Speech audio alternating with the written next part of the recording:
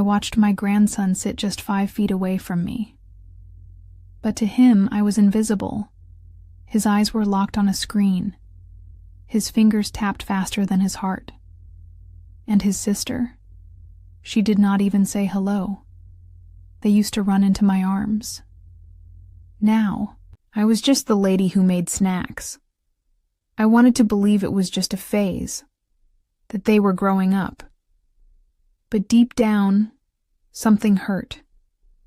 And one day, when my granddaughter laughed at my old computer in the attic, I decided it was time to show them who I really was. They thought I was just a grandmother. They had no idea I once built worlds that millions of people played in. They did not know that their favorite game was mine. Before we jump back in, tell us where you are tuning in from.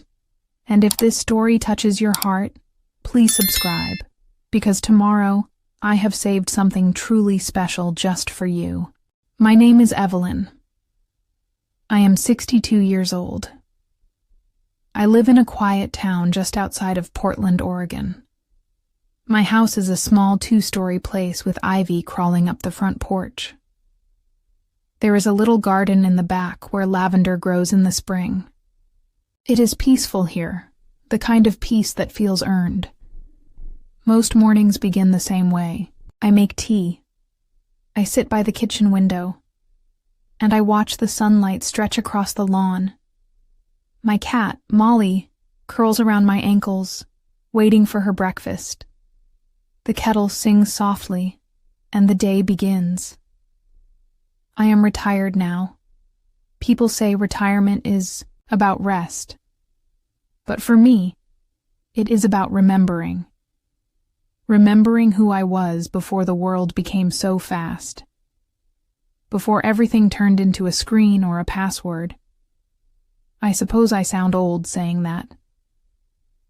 But I have seen the world change more times than I can count. I used to be a part of that change. I used to lead it. But those days feel like another life now. Most of my days are spent tending to the garden, reading, or baking. I like things that take time, slow things, careful things. There is something comforting in the way dough rises in a warm oven, or how soil smells after the rain. Life is quieter now, but not lonely, especially when my grandchildren visit. Every Sunday, my son Daniel brings them over, Ava and Leo. Ava is 11. She is clever and quick, with long brown hair and a sharp little laugh. Leo is 8. He is quieter, more thoughtful. He notices things others do not, like the way birds move in the sky, or the shape of clouds. They used to run into my arms the moment they saw me. Ava would pull on my sleeves and ask for cookies. Leo would bring drawings and say, "Look what I made for you, Grandma." I would hang them on the fridge like they were priceless works of art. I loved those Sundays. I would prepare their favorite snacks, apple slices with cinnamon, grilled cheese sandwiches cut into stars. I would set up the living room with board, games, crayons, and soft blankets. I even kept a box of old toys in the closet. Little action figures, dolls, building blocks, things from when my son was young. It felt like passing something on, like opening a doorway to memories. But something started to change. It was small at first. They would still come in with smiles, but they would not look up from their tablets. Their fingers moved fast, swiping and tapping. Sometimes they would mumble a quick, "Hi, Grandma," without meeting my eyes. Ava stopped asking for cookies. Leo stopped showing me his drawings. The fridge stayed empty. One Sunday, I baked their favorite banana bread. I waited for them to notice. I waited for the scent to pull them into the kitchen like it used to. But they stayed on the couch, eyes glued to glowing screens, headphones covering their ears. I stood there with the warm loaf in my hands and a silence that felt too loud. I told myself it was just the age. Kids change, interests shift, but my heart felt heavier each time. Daniel tried to explain. He said, "They are just into their games now, Mom. It is how kids are. Do not take it personally." But how could I not? When they were small, they clung to my hand. Now they barely noticed when I sat beside them. Once, I tried asking what game they were playing. Ava rolled her eyes. Leo just said, "You would not understand, Grandma." I laughed it off, but something inside me cracked a little. I felt old. I felt left behind. That night, I sat by the window again. The tea had gone cold. Molly was asleep in my lap, and I thought about how quickly time moves when you are not looking, how people you love can grow distant, even when they are just a room away. I never wanted to be one of those grandmothers who complained about kids these days. I wanted to understand. I wanted to be close to them, but I did not know how to reach through the screen and find their eyes again. Still, every Sunday, I baked. I set the table. I waited. Because that is what love does. It waits. Even when the silence grows long. Even when the hugs grow rare. And yet, deep in my chest, something had begun to stir. A feeling I had not felt in many years. I could not name it then. But I would soon. And it would change everything. The following Sunday began like all the others. I woke up early, before the sun had fully risen. The morning light was soft and golden, the kind that made the walls look like they were glowing. I moved slowly through the house, dusting shelves and fluffing pillows, making sure everything felt warm and welcoming. I wanted the house to feel like a place where memories could grow. I pulled out the ingredients for cinnamon rolls. The smell of cinnamon always reminded me of Daniel's childhood. When he was little, he would sneak into the kitchen and try to grab one while they were still too hot. I smiled as I rolled out the dough, pressing gently, folding it with care. I wanted Ava and Leo to remember these Sundays one day. I wanted them to look back and feel something good. But something felt different. It began with the silence. Usually, I could hear them laughing in the car before they even reached the door. Ava's high-pitched voice, Leo's giggles. But this time, I only heard the sound of Daniel's footsteps on the porch. No laughter. No excited knocks. Just the slow turning of the door handle. They walked in without looking up. Ava had headphones, and Leo held a tablet in both hands. Their eyes were glued to the screens. Daniel gave me a quick hug and a tired smile. "They are just tired," he said, brushing his hand through his hair. "It has been a long week." I nodded, even though I felt that now familiar weight in my chest. I placed the cinnamon rolls on the table and said, "Your favorite." Fresh, out of the oven. Neither of them looked up. Ava stayed seated on the couch, legs crossed, screen lighting up her face. Leo gave a small nod but did not say anything. They stayed like that for nearly an hour. No, thank you. No hugs. No smiles. Only blue light on young faces. Daniel left soon after. He said he had errands to run and would be back in the evening. I smiled and waved him off, even though my heart sank a little more with each step he took away from the house. I sat across the room pretending to read a book, but really I watched them. Ava's fingers tapped rapidly, her face focused, her brow furrowed. She looked like she was solving the world's greatest mystery, but it was only a game. I asked gently, "What are you playing?" She shrugged. "Nothing you would know." Leo was quieter. He shifted slightly in his seat, but did not look up. I asked him too. "Leo, would you like to play a board game later?" He mumbled, "Maybe," but I could tell he did not mean it. I looked around the room. The same room where we used to build pillow forts. The same room where laughter once echoed through the walls. Now, it felt like a waiting room. Cold. Still. Almost like I was not really there. Later in the afternoon, I tried something different. I brought out an old shoebox filled with photos, pictures of Daniel as a boy, some of Ava and Leo when they were younger, holding toys, making silly faces. I placed them gently on the coffee table and said, "Look at these. Do you remember this day at the lake? You caught a frog, Leo." He looked up for half a second, then back at the screen. Ava did not even glance. She stood up and walked to the kitchen without a word. When she came back, she was holding a granola bar. She had not touched the cinnamon rolls. I told myself to breathe, to stay calm, to remember that they were children, that I should not take it to heart. But something felt strange, not just with them, but within me.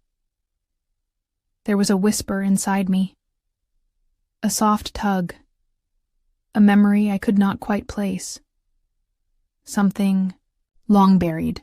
I felt my fingers twitch slightly, as if they remembered something my mind had forgotten.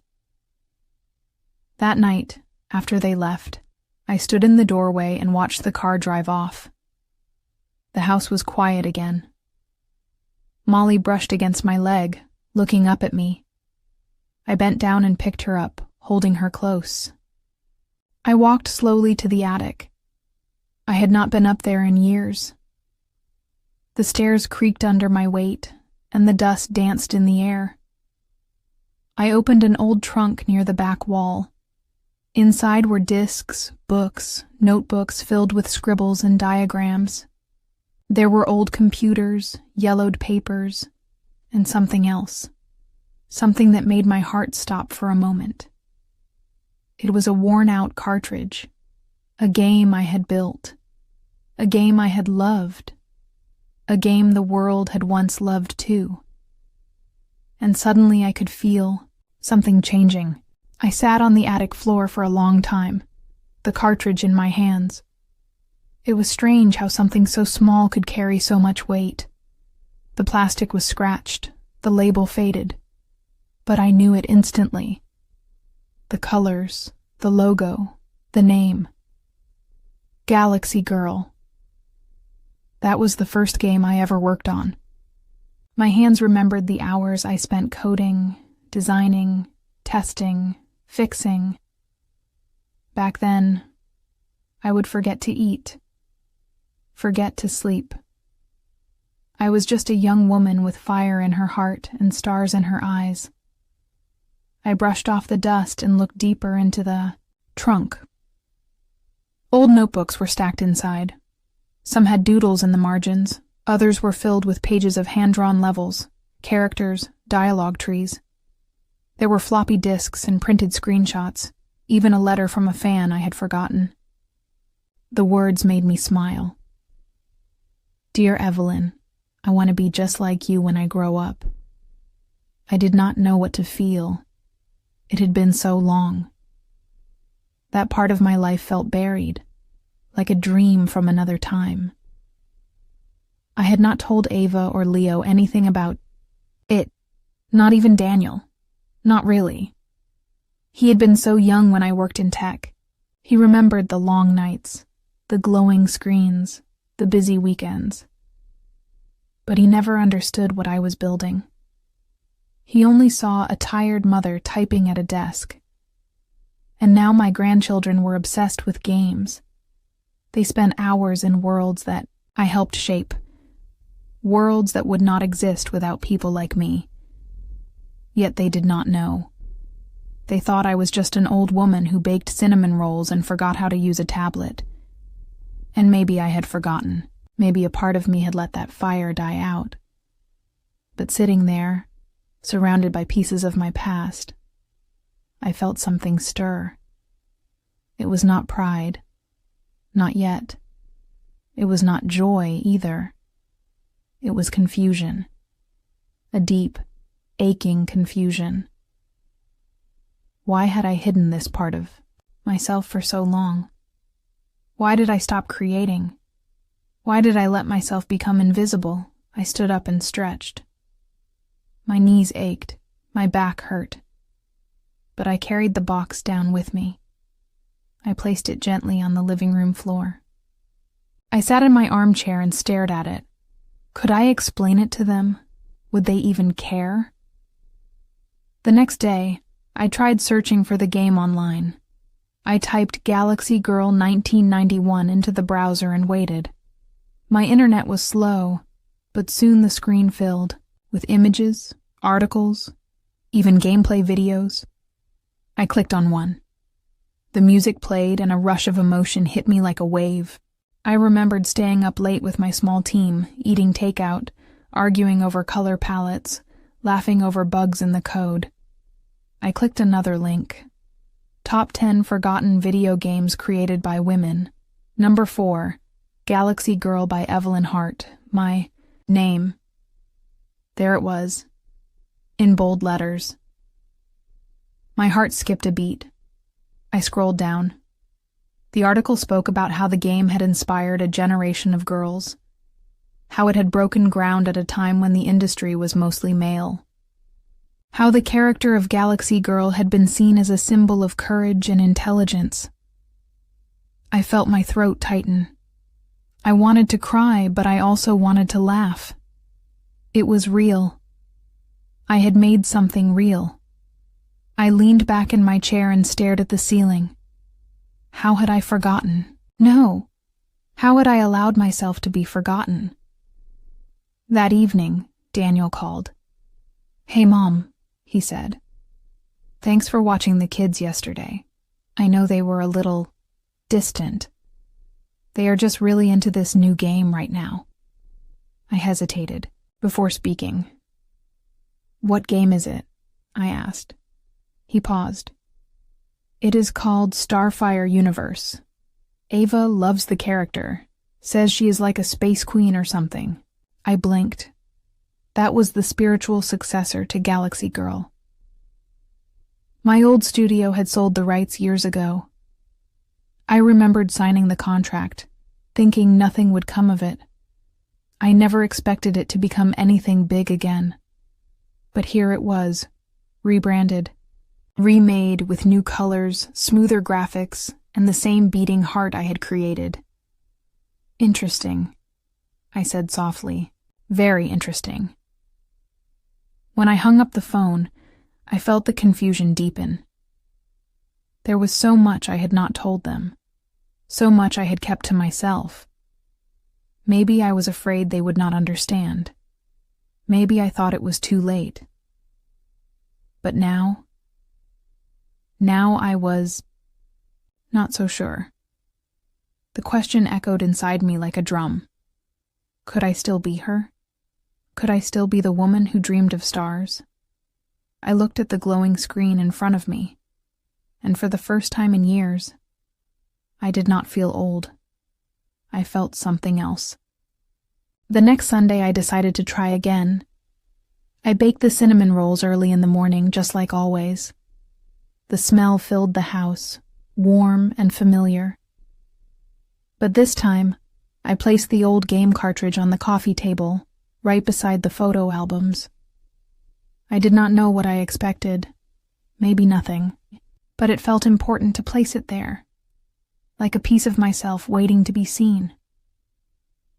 When the front door opened, Ava and Leo walked in with the same glassy expressions, eyes down, screens in hand. Daniel gave me a soft smile. He seemed tired again. "They will warm up eventually," he said. I nodded and gave him a hug. I wanted to believe him.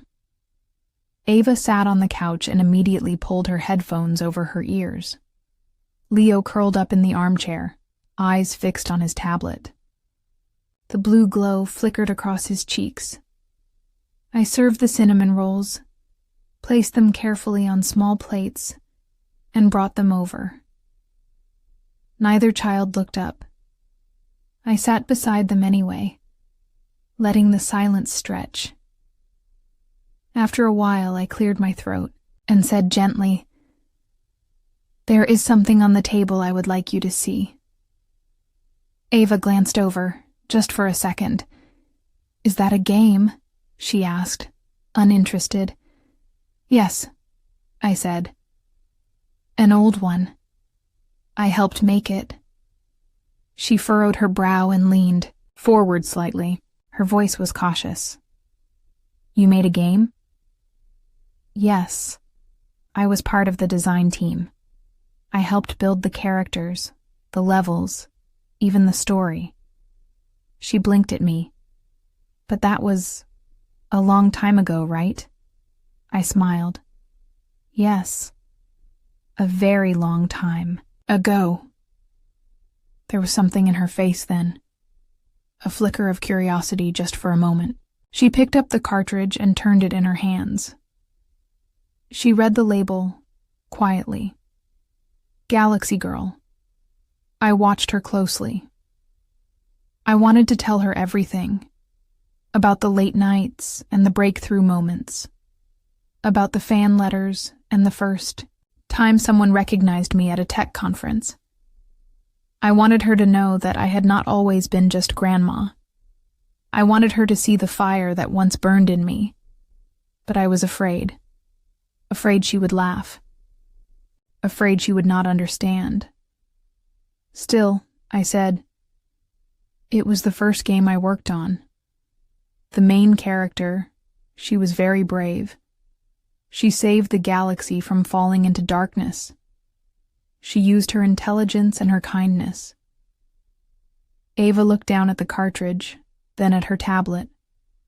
She put the game back on the table. "That sounds kind of like Starfire Universe," she said. I nodded slowly.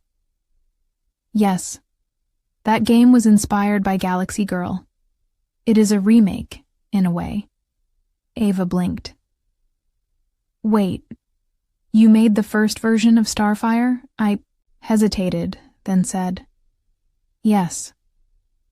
I was part of the team, long before you were born." She stared at me.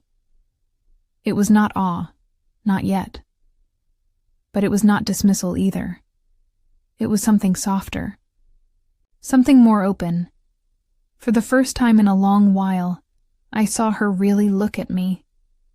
Not as the lady who forgot how to use the TV remote. Not as the woman who made cookies and nagged her about posture. But as someone with a past. Someone with a story. I wanted to trust her with that story, so I stood up and walked to the hallway. I returned with the old box from the attic. I placed it gently on the carpet and opened it in front of her. The pages, the notebooks, the diagrams, the old fan letters, the hand-drawn characters. Ava leaned forward slowly. Her fingers hovered over the papers, then landed softly on a sketch of Galaxy Girl in her silver spacesuit. "You drew this?" she asked. I did. Her name was Lyra. She was curious and kind. She did not use weapons. She used her brain.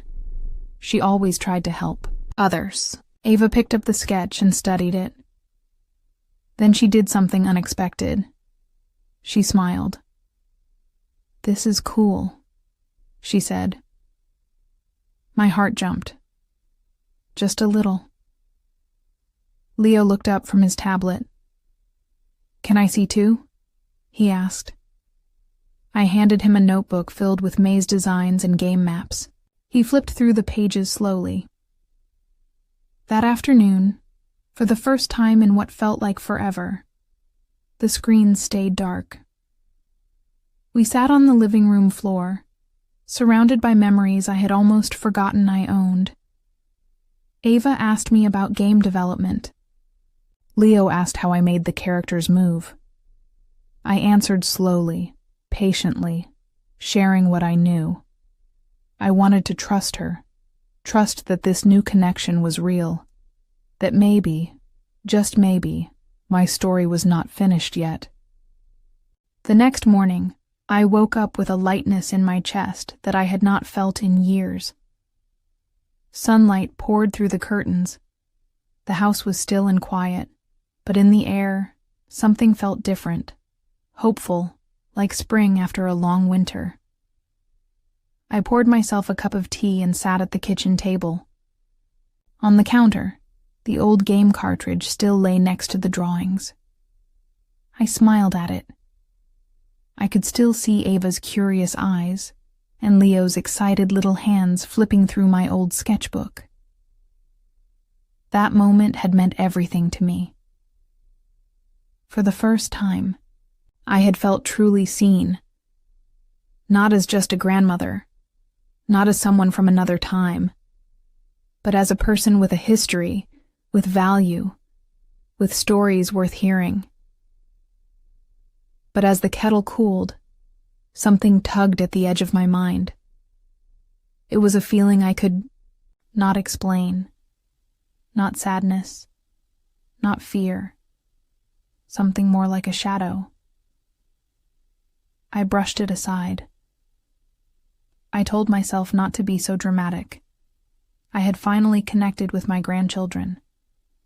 That was something to celebrate. That was something I had prayed for. Still, I felt uneasy. Later that afternoon, I decided to call my old friend Caroline. We had known each other since our days working in the tech industry. She had seen me through deadlines, launches, heartbreaks, and triumphs. If anyone would understand what I was feeling, it was her. "Caroline," I said as soon as she answered, "you will never believe what happened yesterday." I told her everything. The cinnamon rolls, the game cartridge, Ava's questions, Leo's interest, the smiles, the laughter. It felt like I was telling her about a dream I never thought would come true. She listened quietly, then said, "That is wonderful, Margaret. You deserve that. I am so happy they finally saw a piece of who you are." I felt a swell of gratitude, but just as I was about to thank her, her tone changed. "But Margaret," she continued, "I need to ask, why now?" "What do you mean?" I asked. "I mean, they have never shown this kind of interest before. And suddenly they want to know about your past. Do you think it is genuine?" The question struck me like cold water. I paused. I want to believe it is." "I know," she said gently. "And maybe it is. But you have been hurt before. I just do not want you to give them your heart only to have it dismissed again. Be careful, okay?" I nodded, even though she could not see me. My fingers tightened around the edge of the table. Caroline's voice softened again. "You are brilliant, Margaret. You always were. But some people only see value when they want something." I sat in silence for a while after we hung up. Her words echoed in my head. I knew she did not mean to take away my joy. She was trying to protect me. But now, I could not stop thinking. Why now? Why had Ava suddenly taken an interest? Why had Leo asked questions about my work, when just a week ago they barely looked at me? Was it possible they were only curious because of what the game represented, because they thought it might be worth something? I hated that thought. It felt like a betrayal of their kindness. But I had been let down before, by people I trusted deeply.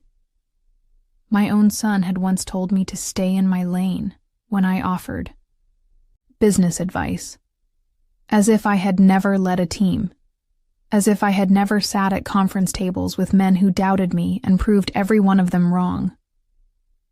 I looked down at my hands, the same hands that had typed endless lines of code, that had drawn galaxies, designed puzzles, written characters that players still remembered. I did not want to be suspicious. I wanted to believe the best. But Caroline's words stayed with me like a whisper. Be careful, Margaret. Later that evening, Daniel called. Hey, Mom, he said. Ava has been talking about that game nonstop. She says she wants to bring her friends over next weekend to see it. Is that okay? I felt my heart pause. Of course, I said slowly. That would be fine. But as I hung up the phone, my chest felt tight. I did not know what I was protecting. My memories, my pride, or the fragile thread that had just started to connect me to my grandchildren. All I knew was this. Something was waking up inside me. A voice that said, "You gave so much to the world. Do not let them take you for granted again." And for the first time in years, I decided to listen. I told myself not to worry. I told myself Caroline was simply being protective as a good friend should be. She had always looked out for me, even when I was too proud to ask for help. But this time, I wanted to believe in something different. I wanted to believe in my grandchildren. That night, I sat on the sofa in my favorite blue sweater, the one with sleeves stretched from years of wear. The living room was quiet, except for the soft hum of the refrigerator in the kitchen. I held a photo album in my lap, one filled with pictures from my early design days. In one photo, I was standing in front of a chalkboard, explaining a game concept to a group of young designers. We were all so young back then, so hopeful. I remembered what it felt like to create something from nothing, to watch pixels turn into stories. I closed the album with a sigh and tried to clear my mind. I had no proof my grandchildren were using me. No reason to doubt their excitement, other than Caroline's voice in my head and the chill in my chest that would not go away. So I pushed it down. I pushed it far down beneath the hope I had carried for so long. The next morning, I went into town. I needed groceries and a bit of air. As I drove down the familiar streets, I passed the old bookstore where I used to take Daniel for picture books. It was closed now, replaced by a modern cafe with glass walls and a sign that flashed, "Open 24/7. The world had changed so much. And sometimes, I felt like I was the only one who remembered how it used to be. I walked slowly through the aisles of the grocery store. I picked up apples, bread, and a small box of tea bags that reminded me of the kind I used to drink during all-night coding sessions. Then, just as I reached for a jar of honey, I heard a familiar voice behind me. "Mrs. Taylor? Is that really you?" I turned around. A tall man in his early 40s stood there, eyes wide, holding a basket of cereal and juice. For a moment I could not place his face, but then he smiled. "It's me, Jason Liu, from Ridgewood Elementary. Your son Daniel and I used to build robots together in the science fair." I laughed softly. "Jason? Of course. You two won second place that year." He nodded, smiling with nostalgia. "I still remember how you helped us fix the motor the night before the competition." I had forgotten about that. But now the memory came rushing back. Jason and Daniel sitting on the floor, wires everywhere, me kneeling beside them with a soldering tool. Jason looked at me warmly. "I heard something wild the other day. Someone said you were part of the team behind Galactic Hearts. Is that true? I froze. It had been years since someone outside my family had mentioned that name. Nodded carefully. Yes, I was the lead designer and one of the original concept artists. His jaw dropped. Wow, that game changed my childhood. I played it every weekend for years. I even taught my niece how to beat the Crystal Maze level. We talked for a few more minutes and then parted ways with a smile. But as I walked to the car, I felt that shadow again, deep in my chest. How had he heard? Had Daniel mentioned it? Or had Ava said something to her friends? I tried to ignore it. I told myself it was just coincidence, that it was just old memories, finding their way back like lost letters in the mail. Back home, I baked cookies for Ava and Leo's visit. Chocolate chip, their favorite. I even cleaned up the old Nintendo console and set it up on the coffee table, next to the TV. It took me nearly an hour to untangle the cords, but eventually I got it working, as I wiped dust from the game cartridge. I remembered how proud I used to be, not for the fame or the small royalties, but for the work itself. I had made something beautiful, something lasting. And now, it felt like everyone was suddenly interested. I wanted to be happy. I wanted to believe it was because they cared. But late that night, as I lay in bed with the window open and the moonlight soft on the wall, I kept hearing Caroline's voice. Some people only see value when they want something. I tried to ignore it. I told myself I was imagining things. But deep down, something was stirring inside me. A question I did not want to ask. Were they proud of me, or were they planning something? I turned over, pulled the blanket to my chin, and stared at the ceiling. The house was quiet, but my mind was not. The weekend came faster than I expected. Ava and Leo were due to visit that Saturday just after lunch. I spent the morning polishing the wooden floors, fluffing the couch cushions, and arranging fresh tulips in a vase by the window. They were bright yellow, Ava's favorite color, although I was not sure she remembered ever telling me that. I set out the cookies I had baked the night before and turned on the old Nintendo console. It still worked. That alone felt like a small miracle. When the doorbell rang, I wiped my hands on a towel and opened it to find Daniel standing there. His children rushed past him, shouting, "Hi, Grandma," before dropping their backpacks and running into the living room. Daniel stood on the porch for a moment longer than he needed to. I saw him glance down at his phone before slipping it into his pocket. "Hi, Mom," he said. I stepped aside so he could enter. "Come in. I made coffee," he nodded, walked in, and stood just inside the living room. I watched him scan the room, the game console, the snacks, the smiling faces of his children.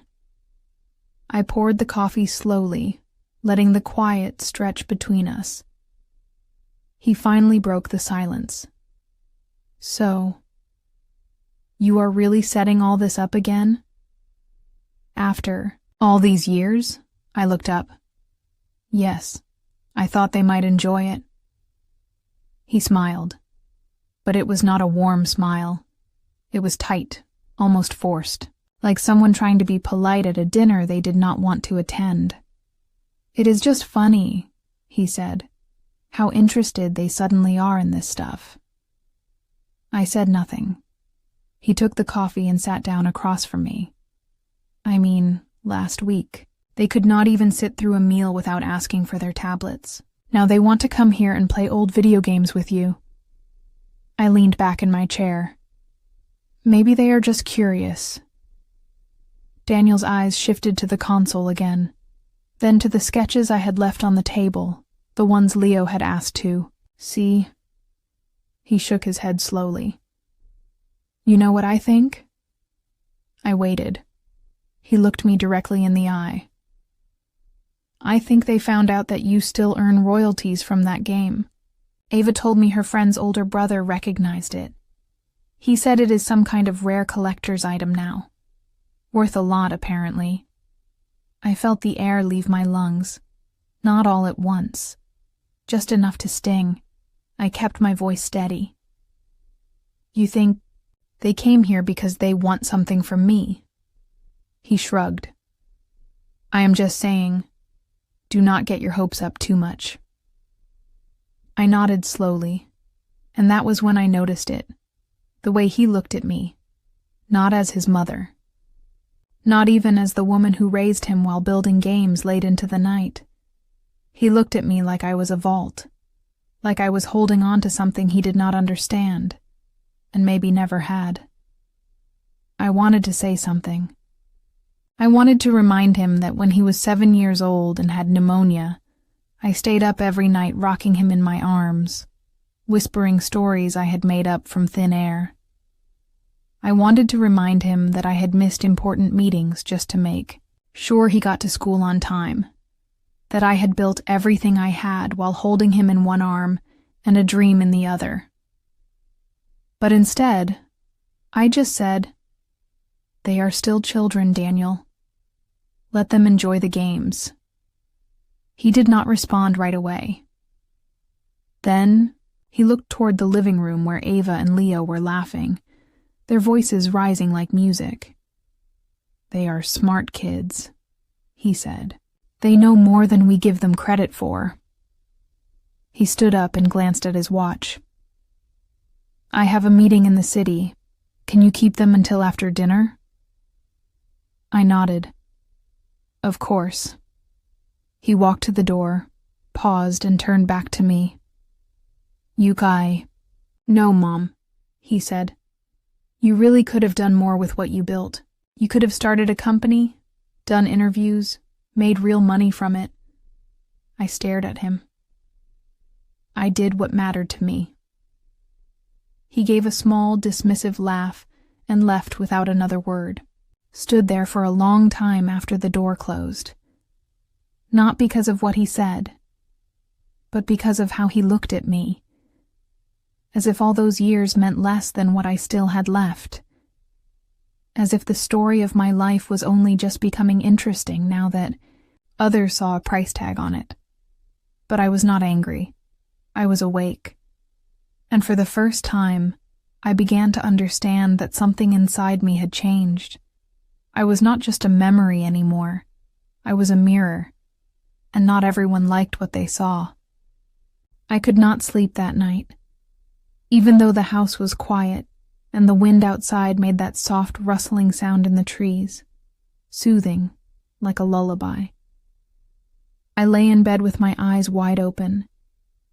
Daniel's words kept circling my mind like a storm that refused to settle. You could have done more. You really could have made real money. Those sentences were small, but they carried weight. Heavy weight. They reminded me of all the times I had been overlooked. All the rooms I had been in, where men talked over me. All the credits I had been left out of, just because I had chosen motherhood over the after-parties and business meetings. I was proud of the choices I had made. I was proud of staying home when Daniel needed me, and proud of not chasing every dollar that came my way. But his words still stung, like they had peeled off an old scar I had forgotten was even there. I woke up early the next morning. The sun had just started to rise, painting the kitchen in soft orange light. I made tea and sat at the table, the warm mug between my hands, as I watched Ava and Leo sleep on the sofa under a thick blanket. They had fallen asleep playing Galactic Hearts, their faces still glowing with the soft light from the television screen. It was peaceful, innocent, but the question was still burning inside me. So when Daniel came to pick them up that afternoon, I did not let it pass. He knocked on the door, holding his keys in one hand and checking his phone in the other. "Hey," he said. "Ready to go?" Leo and Ava jumped up with excitement, grabbing their things and hugging me goodbye. I smiled and hugged them tightly. It was lovely having you here. After they got into the car, I stepped outside and closed the front door behind me. "Daniel," I said, "can we talk for a minute?" He looked a little surprised. "Sure." I walked a few steps away from the car and waited until he followed. Then I turned to face him. "I want to ask you something, and I would like you to answer me honestly."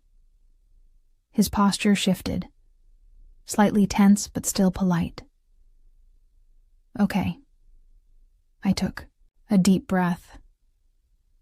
"Did you tell the children about the royalties?" He blinked. "What?" "The game royalties," I said again, more slowly. "Did you tell them that I still receive checks from Galactic Hearts? That I was one of the lead designers? That it is worth something now?" He rubbed the back of his neck and looked away. "I might have mentioned it. Just in passing." I nodded. "Why?" He let out a breath, almost like a sigh. "Because they are always asking why we cannot afford certain things. New phones, trips. You know how it is. I just said that you probably could buy those things if you wanted to, that you had some income from your old work.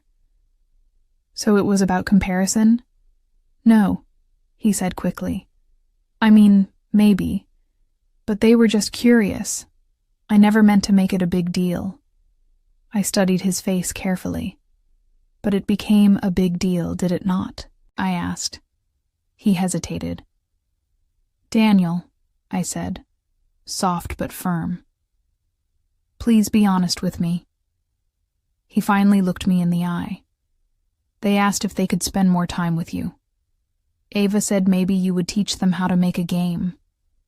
And maybe you would help fund a project or two.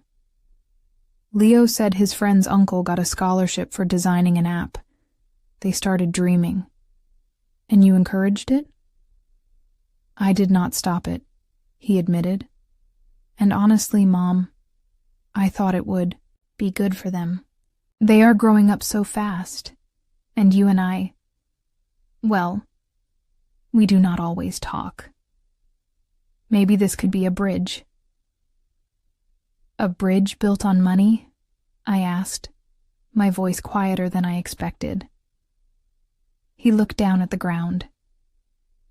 I did not say anything for a while. The wind moved gently through the leaves above us, and I watched one yellow leaf fall, floating softly to the ground. When I finally spoke, my voice had changed. "I want to share my knowledge with them. I want to spend time with them. I want them to know what I created and how hard I worked. But I will not be used, Daniel. Not by anyone." "I did not mean to use you," he said quickly. "I just thought—" "I know," I interrupted. "You thought you were helping. But next time ask me first, not after the fact, not when the excitement has already replaced the truth." He nodded, slowly. "I understand." I stepped back toward the house. "Have a safe drive." He opened the car door. "Thanks, Mom." As I watched the car pull away, I stood in the quiet street, hands tucked into the sleeves of my sweater. The truth had come out, and though it hurt, I felt lighter. Not because everything was okay, but because I had finally asked the question. And now, I could decide what to do with the answer. That night, I lay awake again, but this time it was different. It was not the silence of the house, or the softness of the wind outside that kept me restless. It was the storm inside my mind, the constant replay of conversations, questions, and feelings that refused to settle. I could not stop thinking. I thought about Daniel and the way he looked at me just yesterday. Not with the warmth I expected from a son, but with something colder. Something that weighed heavy with judgment and misunderstanding. Why had he said those things? Why did he think I should have done more with what I had built? Was it true? Had I wasted my chance? Did he see me as a failure? Then my thoughts drifted to Ava and Leo. Their laughter, their eyes full of curiosity when they played those old video games. Did they come to see me as just a source of something? Money, stories, or a connection to something rare? Or did they truly want to know me? The questions circled around my heart, making it tight and uneasy. I thought about the royalties, the checks that arrived every few months, a quiet reminder of a past I had almost forgotten. They were not much, but enough to make a difference in small ways. I had never talked about that with anyone. Not Daniel, not my friends, and certainly not the grandchildren, because I was proud of what I had made. But also I was afraid that if I spoke too loudly about it, the people I loved might only see the money, and that scared me deeply. I asked myself, was that why Daniel had told the children? To help them understand? Or to make them want something more? My mind kept turning to that question. I imagined conversations I might have with Ava and Leo. I imagined telling them stories about the long nights in front of the computer screen, the mistakes I had made, and the joy I found in creating something that touched so many people. But what if they did not want to hear those stories? What if they only wanted the royalties? What if the love I had hoped to share was just a cover for a different kind of interest? I thought about the moments when they ignored me, glued to their screens, their faces lit by the cold blue light of their tablets. I had tried to join them, to understand their world, but it often felt like I was speaking a different language, the Béo. Distance between us seemed to grow. I felt sadness settle deep inside me, a sadness that came not just from being ignored, but from feeling invisible, like a ghost in my own family. And yet, there was a spark inside me, small but persistent. A spark of hope. Hope that things could change. Hope that I could find a way to bridge this gap. Not with money, not with games, but with my heart and my truth. I thought about the strength I had found in myself over the years. The strength to keep going when the world seemed to turn away. The strength to create something beautiful out of nothing. I realized that no matter what Daniel said, no matter what the children thought, I was more than the money or the games. Was a woman who had lived, loved, and fought to keep her family together. That night, I made a quiet promise to myself. I would not let fear or doubt control me. I would find a way to reach my grandchildren, not through what I had made, but through who I was. I would tell them my story, gently and patiently. I would show them the heart behind the games. And maybe, just maybe, they would see me. Not just as the grandmother with video game royalties, but as the woman who loved them more than words could say. I closed my eyes, feeling a strange calm begin to wash over me. The night was still, but inside, I knew the journey was only beginning. That evening, after the children had gone to bed and the house had settled into a soft, peaceful silence, I found myself sitting alone by the window. The sky was dark, and the gentle sound of rain began to fall outside, tapping quietly on the glass. I watched the rain fall slowly, each drop tracing a little path down the window pane. It was soothing, yet it stirred something deep inside me. A quiet pain that I had tried to ignore for a long time. I took a deep breath and wrapped my hands around the warm mug of tea in front of me. The steam curled up like tiny clouds, disappearing into the night air. It was in that moment, with the rain falling and the house silent around me, that I allowed myself to feel the sadness fully. For so many years, I had been strong. I had carried my family through difficult times. I had built a career, raised children, and kept the home running when others were too tired or too busy. But now, I realized how tired I truly was. Not just physically, but inside. The kind of tired that does not go away with sleep. I thought about the way my grandchildren looked at their screens all day long, how they smiled and laughed with each other, only when the games worked perfectly or when someone won a prize. I remembered how they barely looked up when I tried to talk to them, how their attention was always somewhere else. It was a strange kind of loneliness. One where I was surrounded by family, but still felt invisible. The pain was quiet, but it was there. It settled around my heart like a heavy fog. I thought about the things I wished I could say to them, but never found the right moment or the right words. I wanted to tell them that I loved them deeply, more than anything in the world. I wanted to show them the games I helped create, to explain the stories behind the characters and the worlds they explored. I wanted them to understand that there was a person behind those games, a woman who had worked hard and dreamed big. But every time I tried, the words caught in my throat. Sometimes I wondered if they cared. Did they see me as just an old woman, out of touch with their world, or worse? Did they see me as someone who could only give them money or gifts? That thought made the pain sharper. Because love cannot be bought. Love must be earned. And if they only wanted me for what I had, then what kind of love was that? I sighed and looked down at my hands, resting on the wooden table. They were worn and a little shaky, but they had built so much. They had held babies, typed stories, and pressed keys that brought virtual worlds to life. I wanted those hands to do more than just hold tea or wipe away tears.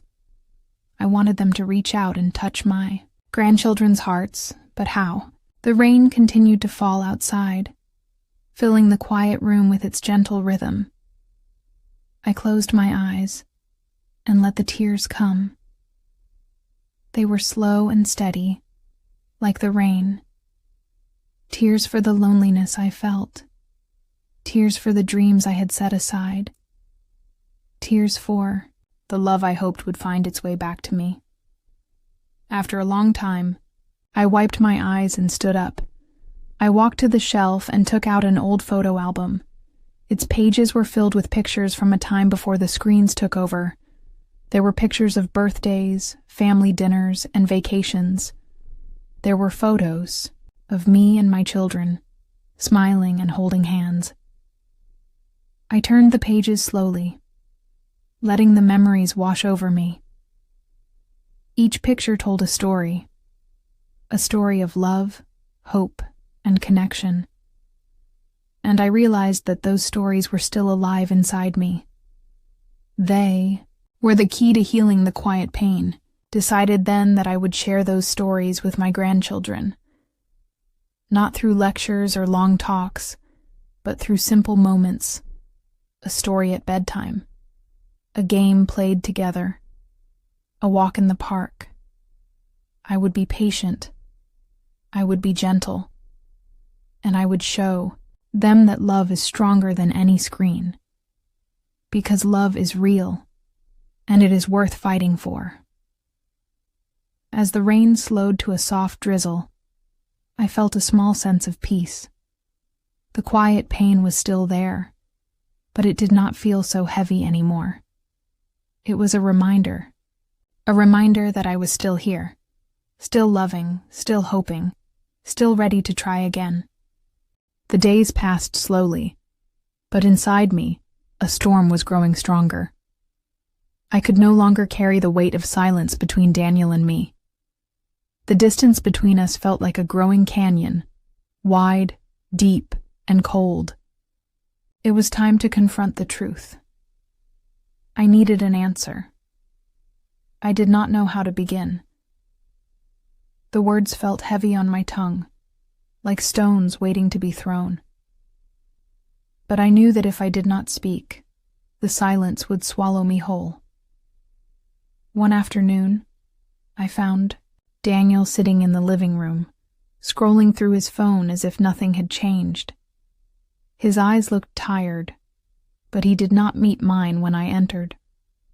I took a deep breath. My hands trembled slightly, but my voice was steady. "Daniel," I said softly, "we need to talk." He looked up, surprised. Maybe he had been expecting me to stay silent, to let things drift away without a fight. But I was no longer willing to let that happen. "About what?" he asked, his voice quiet. "About us. About the distance that has grown between us. About what you said. About the children and me," I said, trying to keep my calm. His eyes darkened and he looked away. "I do not want to fight, Mom. It is not a fight," I said gently. "I just want to understand. Why do you think I should have done more?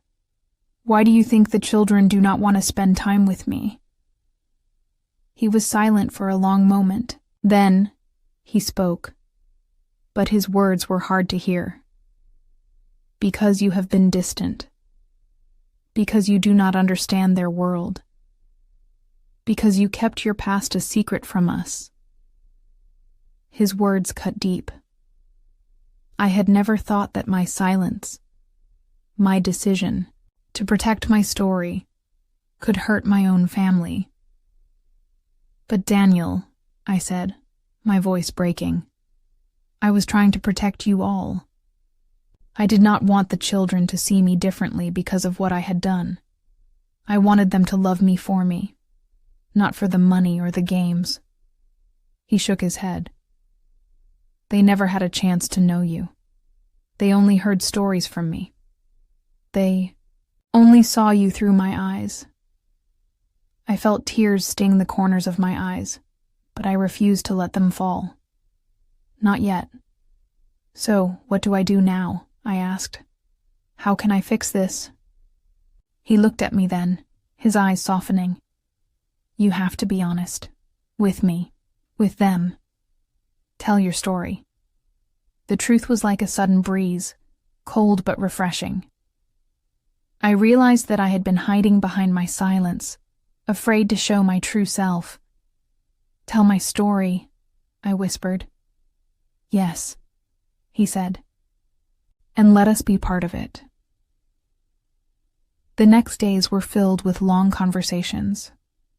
I told Daniel about the years I spent creating those video games, the late nights, the failures, and the moments of joy. I showed him letters and pictures I had, kept hidden for decades. Slowly, the walls between us began to crumble. Then came the hardest part, talking to Ava and Leo. I was nervous. I was not sure if they would listen, or if they would only see me as an old woman trying to catch up with their world. One afternoon, I invited them to my house. I put away my worries and sat down with them, showing them the old drawings and designs from the games. They looked surprised. Their eyes grew wide as I explained the stories behind the characters they loved. I saw the spark of curiosity in their eyes. For the first time, they asked me questions. "What was it like to make these games, Grandma?" Ava asked. I smiled. It was a lot of hard work, but it was also a dream come true. Leo leaned closer. "Can you teach me how to make a game?" I nodded. Yes, I would love to. That afternoon was the first step toward healing. It was a small light in the dark. I still had a long way to go. There would be hard days ahead, moments when old wounds opened again. But I knew now that silence was not the answer. I needed to speak my truth, even when it was difficult. I needed to be brave. And most of all, I needed to believe that love could grow again, even from pain. That night, as I prepared for bed, I felt a strange sense of peace. I was no longer alone in my struggle. Daniel and I were starting to rebuild what had been broken. I closed my eyes and whispered a quiet prayer for courage, for healing, and for love. Because sometimes the hardest questions lead to the strongest answers. That day, the truth came to me slowly, like a sunrise breaking through a long, cold night. It was not a sudden moment, but a quiet, steady realization that changed everything inside me. For many weeks, I had been trying to bridge the distance between myself and my family. I had opened up to Daniel, and through him, I began to reach my grandchildren. Yet, there was a part of the story I did not fully understand until that day. It began when I found an old letter tucked inside a book I had forgotten on my shelf. The letter was from my daughter's father, my late husband, Michael. I had not read it in years, but something told me it was time. The paper was yellowed and fragile. His handwriting was neat, but the words were filled with worry and fear as I read. My heart ached. Michael had written about his own struggles to connect with our children. He had feared that the secrets I kept about my work and past were creating walls between us. He had asked me to share more of myself with the family, to be open, and to let them see who I truly was. I had never known this letter existed. It was as if Michael's voice was reaching out to me from the past, urging me to be brave. I sat quietly, holding the letter close. Tears blurred my vision, but they were not tears of sadness only. They were tears of understanding. I finally understood that my silence had not only hurt my family, but had also hurt myself. I had built a wall to protect them, and me. But that wall became a prison. I thought I was keeping my family safe, but in truth, I was keeping myself safe from pain. I wanted to be loved for who I was, not just for the money I made or the success I had achieved, but by hiding my story, I had made it impossible for anyone to really know me. That night, I sat with Daniel and shared the letter with him. He read it slowly, nodding. "Mom," he said quietly, "this explains a lot. We all felt lost, like you were far away even when you were here." I nodded. I did not know how to say these things. I was afraid to lose you all. Daniel reached out and took my hand. "You will never lose us if you are honest. That is the key." The next day, I called Ava and Leo again. This time, I was ready to be more open. Not just about my work, but about my fears and dreams. I told them about my childhood, my hopes, and the challenges I faced.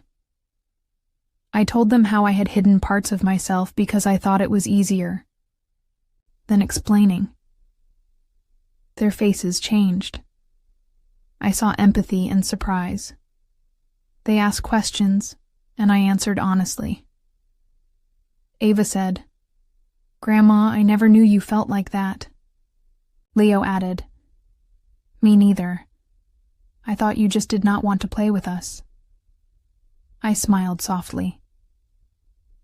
"I wanted to play with you more than anything." For the first time in a long time, I felt connected to them, not just as their grandmother, but as a person with a story. Later, I spoke with my close friend Martha, who had watched everything unfold from the sidelines. She reminded me, "You have always been strong, but strength is not just about holding everything inside. It is about letting people in." Her words stayed with me. I began to see that vulnerability was not weakness. It was courage. The quiet pain I had felt for so long was slowly changing into something new. Hope. I realized that my family did not need a perfect grandmother or a successful woman with a big past.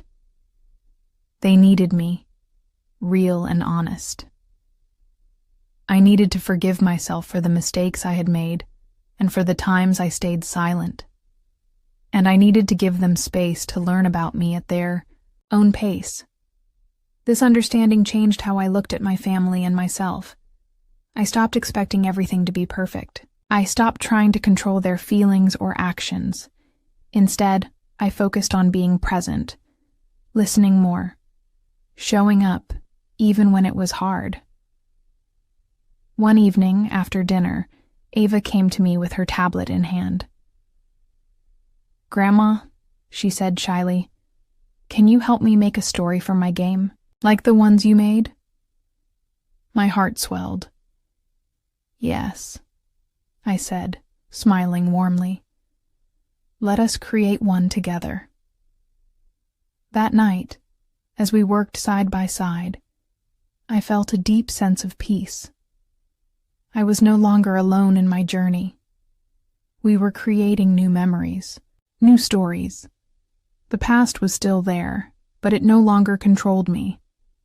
I had finally understood that love, honesty, and openness were the true keys to healing. And that gave me strength to keep moving forward, one day at a time. There are moments in life when walking away is the only choice left. It is not easy. It feels like a quiet surrender. But sometimes, it is the first step toward healing. After I finally understood the truth, I thought things would get better right away. I believed that honesty would fix everything, but reality was more complicated. The distance between Daniel and me was still there. The silence still echoed in the rooms where laughter used to live. My grandchildren still seemed wrapped in their screens, distant and distracted. One afternoon, after a long conversation filled with tears and frustration, I realized that I could not keep fighting alone. I had to take a step back to protect myself. That day, I packed a small bag. It was not about running away. It was about finding space. Space to breathe, to think, and to feel without the pressure to fix everything immediately. I told Daniel, quietly, "I need some time. I need to be alone for a while." He looked surprised but did not argue. Perhaps he understood more than he let show. I drove to a small cabin I had rented by the lake. The place was quiet and simple, surrounded by tall trees and calm water. It was a perfect place for reflection. The first night was the hardest. I sat by the window, watching the moonlight dance on the surface of the lake. The silence was both comforting and painful. I missed my family. I missed the voices, the small moments of connection, and even the difficult conversations. But I also knew that staying in the house, surrounded by memories and unanswered questions, would only make things worse. I needed to find my own strength again. The days at the cabin were slow and peaceful. I woke up early, took long walks in the forest, and sat by the water to watch the sunrise. Each morning felt like a small new beginning. Sometimes I wrote in my journal. I poured out my thoughts, fears, and hopes. Writing helped me understand my feelings better. I wrote about the pain of feeling ignored by my grandchildren, about the regret of hiding my past, and about the hope that still lived inside me. One afternoon, a neighbor from the nearby village stopped by with a basket of fresh fruit. Her name was Helen. She was kind and gentle, with eyes that seemed to understand sadness without words. We talked for hours that day. She listened without judging and shared stories of her own struggles. Helen reminded me that healing is not a straight path. It has twists and turns, steps forward and backward. "You are not alone," she said softly. "Sometimes walking away is how we find the way back." Her words stayed with me. I began to see my time away as a chance to rebuild, not to escape. I thought about my grandchildren, Ava and Leo. I wanted them to know me, to see me as a real person, not just an old woman with a secret past. But I also realized that I could not force their love or attention. It had to come naturally, with patience and time. One morning, I took out my phone and sent a simple message to Daniel. "I am thinking of you all. I hope we can find a way forward together." He replied quickly, "We do too, Mom. Take all the time you need." That message gave me a small sense of hope. During my time away, I also reflected on the years I spent building my career. I thought about the video games I had created, the worlds I had imagined, and the joy those games brought to millions. I remembered how proud I was, not just of the money or success, but of the creativity and passion that drove me. I realized that those parts of me were still alive, waiting to be shared again. I started planning small ways to reconnect with my grandchildren through those stories and games. Maybe I could teach them how to create their own games. Maybe I could invite them to be part of something fun and new. I was not ready to go back yet, but I was ready to try. The cabin became a place of quiet strength for me. I learned that walking away was not giving up. It was loving myself enough to heal. It was preparing my heart to come back stronger. One evening, as the sun set over the lake, I sat on the porch and looked at the glowing water. I whispered a promise to myself, to be patient, to be brave, and to keep believing in love. Because even when it feels impossible, love can find its way. And sometimes, walking away is the first step to coming home. Even after I walked away, the pain did not leave me. It stayed like a shadow that followed me everywhere I went. I thought time alone would make it disappear. But I learned that some pain takes longer to heal in the quiet of the cabin. I had space to think and breathe. Yet, at night, when the world was still, the loneliness came back stronger. I would lie awake, staring at the ceiling, feeling the emptiness deep inside my heart. I missed my family terribly. I missed the sound of my grandchildren's laughter, the warmth of my son's smile, and the comfort of familiar voices. But what I missed most was feeling needed, feeling like I mattered to them. The silence between us was heavy.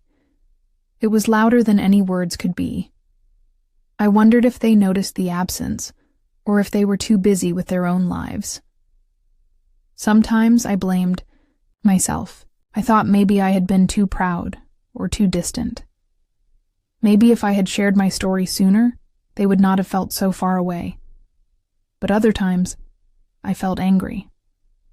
Angry that they ignored me, that they preferred their screens over spending time with me. I wanted to shout, "I am here, I love you, please see me!" The pain stayed with me like a dull ache. It was not the kind of pain that breaks you in pieces, but the kind that quietly reminds you that something is missing. I remembered how, years ago, I had hidden my past to protect my family. I had thought it was for their good. But now, I saw that the silence had created distance instead of closeness. I realized that love needs honesty. It needs sharing, even the difficult parts. The pain also showed me how much I had changed. I was no longer the woman who tried to keep everything perfect. I was learning to be real, to be vulnerable. That was not easy. One day, I sat by the lake and watched the water ripple gently in the wind. I thought about my grandchildren again. I thought about the games they loved to play and the worlds I had, built for them through my work. I asked myself, how can I reach them? How can I show them that I care and that I want to be part of their lives? I knew that walking away was not the end. It was only the beginning of a new path. A path where I could find peace inside myself first. I decided to write a letter. Not a long letter, but a simple one. I wrote about how much I missed them and how I hoped we could be closer again. I did not send the letter right away. I wanted to wait until I felt ready. The days passed slowly.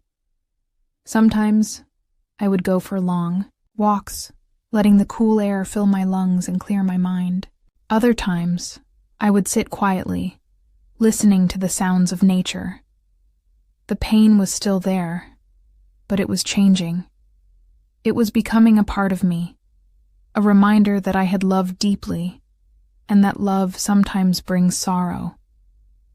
I thought about the future and what it might hold.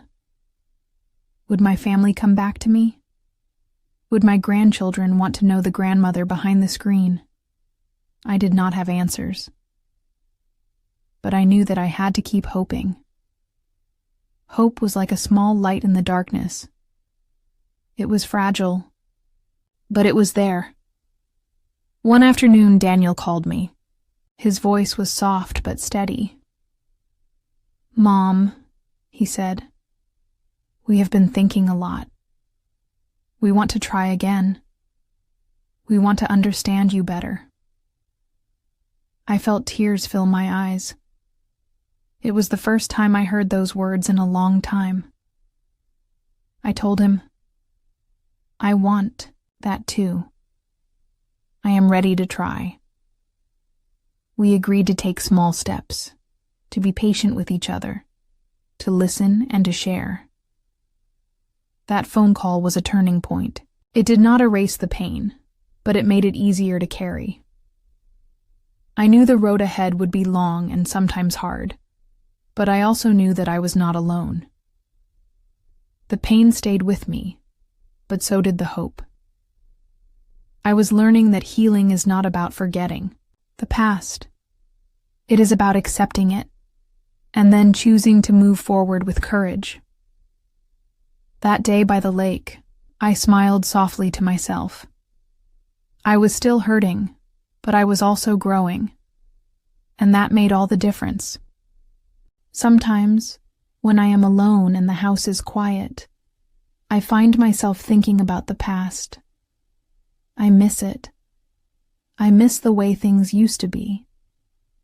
Those memories come to me like old photographs, faded, but full of life and feeling. I remember the days when my grandchildren, Ava and Leo, were small children. Their laughter filled every corner of the house. They used to run to me with open arms. full of trust and joy. They would climb onto my lap, and we would read stories together. Those were simple moments, but they meant the world to me. Back then, life felt easy and full of promise. I was younger, with energy and hope. Our family was close. We shared meals, stories, and dreams. It seemed like nothing could break the bond we had. I remember Ava's first steps. She wobbled and smiled, proud of herself. Leo's first words. How his face lit up when he said, "Grandma." Those moments are treasures I keep in my heart. But time passed. The children grew. Screens became a part of their lives. Phones, tablets, video games, they took more and more of their attention. I remember the day I first noticed it. I was sitting in the living room, and Ava was next to me, but her eyes were on the screen. She did not look at me. Leo was playing a game, laughing at something on the screen, not at the story I was trying to tell. It hurt. I felt invisible, like I was no longer part of their world. I miss those simple days when the world was slower, when a hug or a kind word was enough to make everything feel right. I miss the past, but I also know I cannot live there. The past is a place of memories, not a place to stay. I think about my own childhood too. I grew up in a small town where neighbors knew each other and families gathered for Sunday dinners. Life was different then. People talked face to face. They listened. They cared. Now, it feels like everyone is moving too fast. They are connected by technology, but sometimes disconnected in their hearts. I miss those slower, quieter times. Yet I understand that change is part of life. The world does not stay still for anyone. The past is a story I carry with me, a story of love, loss, and hope. Sometimes I find comfort in old photographs. I look at the faces of my children when they were young, my husband's smile, and the way our family looked when we were all together. Those pictures remind me of who I am and where I come from. I also think about my career. The years I spent designing video games that brought joy to millions. It was a time of passion and creativity. I miss the excitement of those days, the feeling that I was making a difference. But I also know that I have grown beyond that time. I am not the same woman I was then. Life has changed me. I am stronger now, wiser, more patient, and I have learned to find joy in new ways. I miss the past, but I am learning to live in the present. Some days are harder than others. Sometimes the pain of missing the past feels like a heavy weight. But I try to remind myself that the past is a part of my story, not the whole story. I still have today. I still have tomorrow. And I have the chance to build new memories. Memories that will one day become the past that someone else misses. I think about Ava and Leo again. I hope that one day they will remember me not just as the grandmother who once was, but as the woman who never stopped loving them. I want to show them that love can grow and change, just like people do. The past is important. It shapes us. It teaches us. But the present is where we live. It is where healing happens. It is where hope begins. I miss the past. That feeling will never go away completely. But I will carry it gently, like a precious gift. And I will keep moving forward, one step at a time. Because even when I miss the past, I know that the future still holds promise. And that promise is worth holding on to. After many days of quiet pain and heavy thoughts, I decided to reach out to an old friend. Her name is Susan. We have known each other for over 20 years. She has always been someone I can trust, a person who listens without judging and who understands even when words are hard to find. I called Susan one afternoon. I was nervous. I was not sure if I could explain the feelings I had inside. But as soon as she answered, her warm voice made me feel safe. "Hello, Margaret," she said kindly. "It has been a while. How are you?" I took a deep breath. "Susan, I feel lost," I said. "My family has changed. My grandchildren do not spend time with me. They are busy with their screens and I feel invisible. I do not know how to fix this." Susan was quiet for a moment. Then she said, "I am sorry you are hurting. That is very hard. But you are not alone. I am here." Talking to Susan made me realize how much I had kept inside. I told her about the silence in the house, the loneliness at night, and the pain of feeling forgotten. Susan listened patiently. She did not try to fix everything with advice or quick answers. She simply heard me. That was exactly what I needed. After I spoke, I felt a little lighter.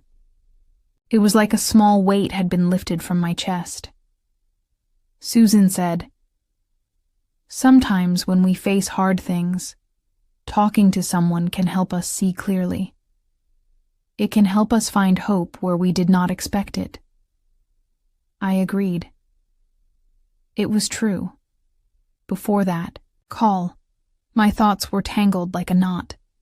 After speaking with her, I could feel the knot slowly loosening. Susan and I talked about many things that afternoon. We laughed a little, too. We shared memories from the past and dreams for the future. She reminded me of the strength I have inside. She reminded me that I have survived difficult times before, and I can do it again. "I remember when you started your video game career," Susan said with a smile in her voice. "You were brave to try something new. You worked hard and made a difference." Hearing those words made me smile. It reminded me that I am more than the pain I feel now. Susan also helped me see the situation with my family in a new light. She said, "Your grandchildren are growing up in a very different world. Technology is a big part of their lives, but that does not mean they do not love you." Her words gave me hope. I realized that maybe they do not know how to show their love the way I want. Maybe they are not ignoring me on purpose. I thought about how I could try to understand them better instead of feeling hurt. Susan and I talked about small steps I could take. I could ask them about their games and interests. I could share my stories in a way that connects with them. She said, "Love can grow in many ways. Sometimes we have to change how we show it and how we see it." After our conversation, I felt a new sense of calm. I was still sad and still missed the closeness we once had, but I was also ready to try. I realized that healing takes time. It is not a straight path. Sometimes it moves forward. Sometimes it moves back. But every step matters. Susan reminded me that I do not have to do this alone. Friends can help carry the burden when it feels too heavy. That day, I made a promise to myself. I would reach out more. I would talk to people who care. I would not keep the pain locked inside. It was a small promise, but it was powerful. I felt a quiet strength growing inside me. I was beginning to heal. Days passed, and I found myself thinking about Susan's words often. I started writing in a journal, something I had not done for years. I wrote about my feelings, my hopes, and my fears. Writing helped me understand myself better.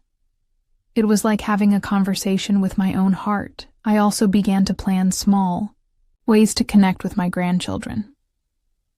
I thought about inviting Ava and Leo to visit me and to share some of the stories behind the video games I had created.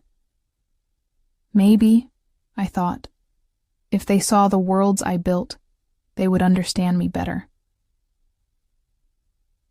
The road ahead was still uncertain. I knew that.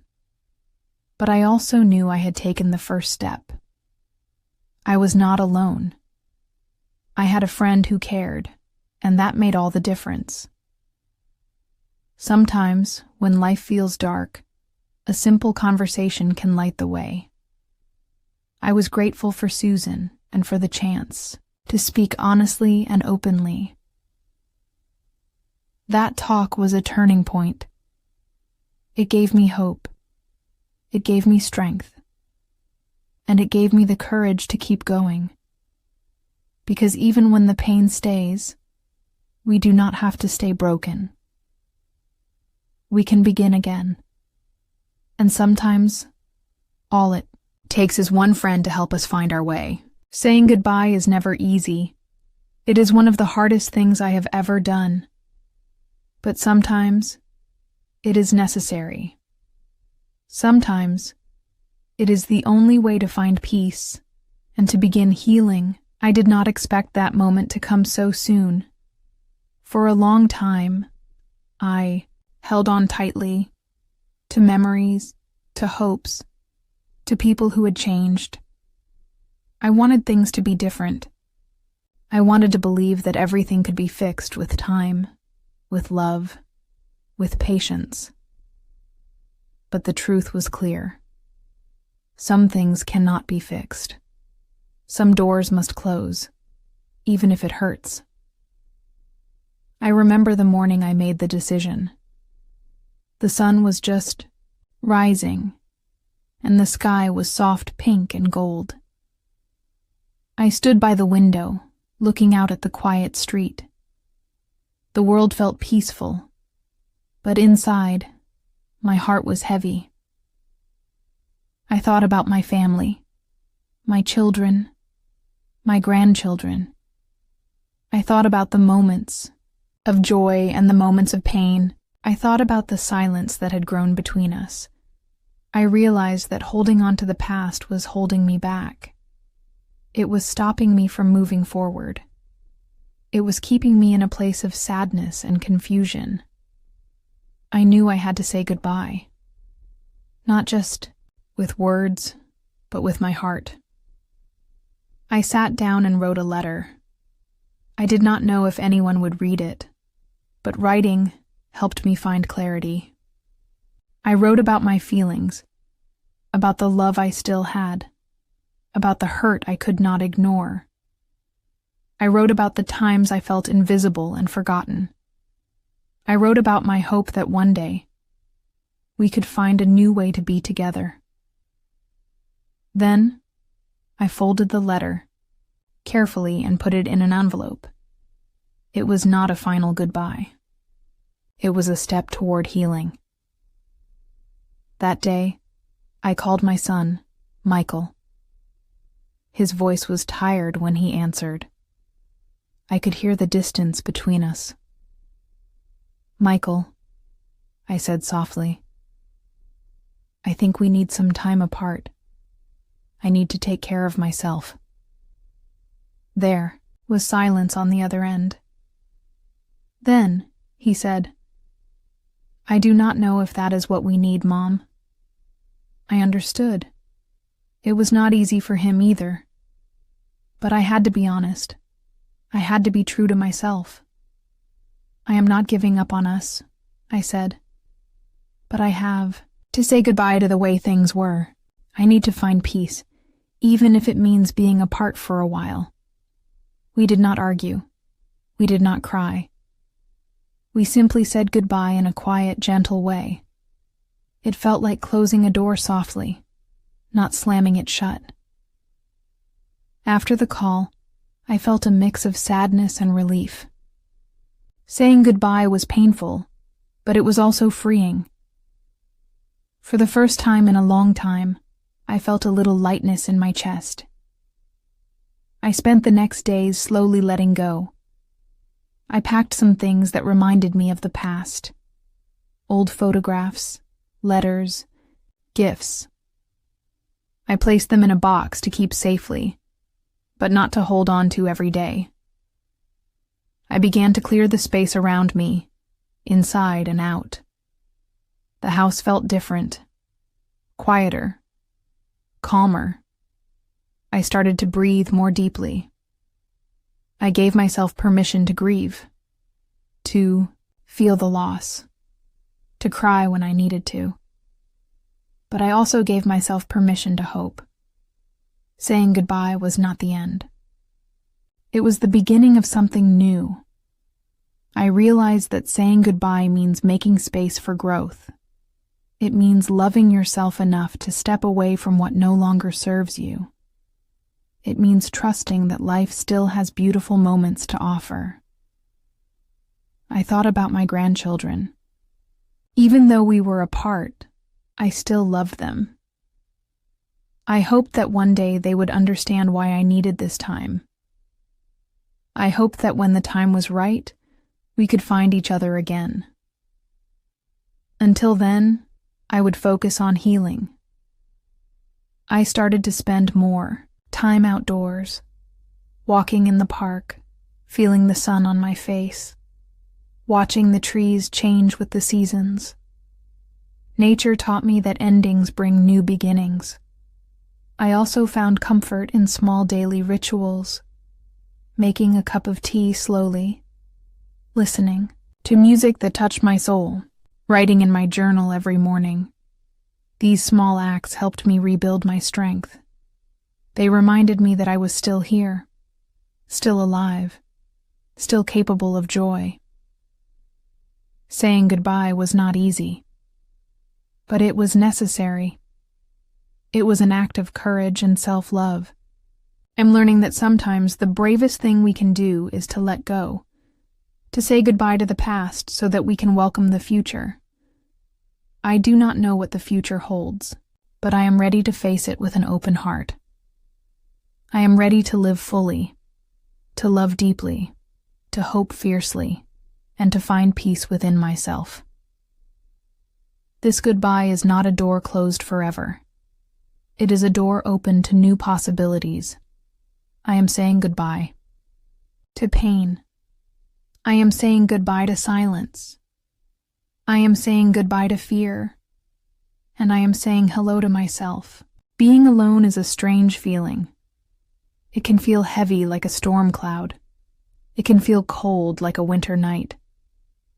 But sometimes, being alone is exactly what we need. It gives us space to breathe, to think, and to find ourselves again.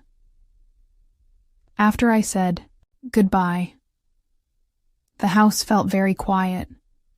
The laughter of my grandchildren was gone. The voices I loved to hear every day were silent. At first, this quietness made my heart ache. I missed the noise and the chaos that once filled my home. I was alone. But as the days passed, I began to see something different. Being alone was not the same as being lonely. Loneliness is a feeling of emptiness. Being alone can be a gift. It can be a chance to listen to your own thoughts, to heal wounds that have been hidden too long. In the mornings, I would sit by the window with a cup of tea. The sunlight would warm my face, and I would watch the world outside. Birds flying, leaves dancing in the wind, people walking by with their own stories. I started to enjoy these quiet moments. I listened to my breath and my heartbeat. I started to understand myself better. The feelings I had pushed away began to come forward. Sometimes I cried. Sometimes I smiled. Sometimes I just sat in silence. I learned that being alone does not mean I am forgotten. It means I am here, fully present with myself. At night, when the house was dark and still, I would think about the past. I thought about the times I felt hurt and the times I felt loved. I thought about the mistakes I made and the lessons I learned. These thoughts were not easy, but they were important. I began to forgive myself. I forgave myself for not being perfect, for the times I did not say the right words or make the right choices, for the moments I felt weak or scared. I realized that being alone was helping me grow stronger. It was teaching me to be my own friend and my own support. Sometimes I would take long walks outside. The cool air would clear my mind. I would feel the ground under my feet and the sun on my skin. Nature became a quiet companion. I noticed small things I had missed before. The way flowers bloom in the spring, the sound of leaves crunching underfoot, the smell of rain on the earth. These simple moments brought me peace. Being alone also gave me time to think about my dreams, the dreams I had set aside for a long time. I thought about the video games I had created and the joy they had brought to others. I thought about the stories I wanted to tell and the person I wanted to become. Realized I had the power to create a new chapter in my life. Even though I was alone, I was not lost. I was finding my way. I began to understand that being alone is not a punishment. It is a journey, a chance to look inside and discover who I really am. I found comfort in simple routines, making breakfast slowly, reading a good book, writing in my journal every evening. These small acts helped me feel grounded. Sometimes I felt scared about the future. The uncertainty could be overwhelming. But I reminded myself that it is okay not to have all the answers. Life is a path we walk step by step. I learned to trust myself again. I am alone now, but I am not lonely. I have my memories, my hopes, and the quiet strength inside me. I have learned to enjoy my own company, to listen to my heart and be kind to myself. Being alone has given me time to heal, time to grow, time to prepare for what is next. I do not know what the future holds, but I'm ready to face it, stronger, wiser, and more whole. This time alone has taught me that sometimes the most important person to love is yourself, and that is a powerful lesson. I am alone now, but I am not afraid. I am learning to be whole again, step by step, day by day, and I know I will be okay. When I look in the mirror now, I see a woman who is not the same as she was before. She is stronger, wiser, more patient, more aware of what she truly wants from life. It did not happen all at once. Change never does. It was a slow process, like the gentle turning of the seasons. At first, I barely noticed it. I only knew that I felt different inside, quieter, calmer, but also more alive. For many years, I believed that my worth was tied to others' opinions, to my family, to my children, to the people around me. I wanted to be needed, loved, and accepted. I thought that if I did everything right, if I was always there for others, I would be happy. But I was wrong. Happiness does not come from pleasing everyone else. It comes from being true to yourself. Now, I am learning what that means. I am learning to listen to my own voice, to trust my feelings, to follow my own path, even when it is uncertain or difficult. I am not the same woman who begged for attention or stayed silent to keep the peace. I am someone who knows her value, even if no one else sees it. I remember a day recently when my son, Michael, called. His voice was softer than before. There was a hint of regret, but also distance. We talked for a while, carefully, like two people, walking on a narrow path. I listened more than I spoke. I did not try to fix things or ask for answers. I simply heard him. In the past, I might have begged him to come back. I might have tried to explain myself or apologize for things I did not even do. But now, I understood that some bridges are not meant to be crossed right away. Some wounds need time to heal. I told him gently, "I am here when you are ready. I hope that day will come, but until then, I am learning to be at peace." He did not say much, but I think he understood. I hung up feeling calm. That was a new feeling for me. Not anxiety or sadness, but calm. This calm comes from knowing that I have done my best, that I have loved deeply, even when it was hard. It comes from knowing that I am growing every day. I have learned to be patient with myself, to accept that healing takes time. I have learned to celebrate small victories. A day without tears, a moment of joy, a kind word to myself. I have learned that my story is still being written, and I am the author. There was a time when I thought my story was over, when I believed that my best years were behind me. But now, I see that life is full of new beginnings. Every challenge, every heartbreak, every moment of loneliness has taught me something important. It has taught me resilience. It has taught me courage. It has taught me that I am not defined by others' actions or words. I am defined by how I choose to live. I am not the same woman who depended on others for her happiness. I am someone who creates her own happiness. I take time to do things that bring me joy. I read books that inspire me. I walk in nature and feel connected to the world. I spend quiet moments writing in my journal, pouring out my thoughts and dreams. I also think about my video games, the creations that once brought me pride and joy. They remind me of my creativity and strength. Even though my family's attention was elsewhere, my work had touched many lives. That knowledge gave me comfort and confidence. I am learning to celebrate my achievements, even the quiet ones. I am learning that my value is not measured by the approval of others. It is measured by the love and kindness I show myself.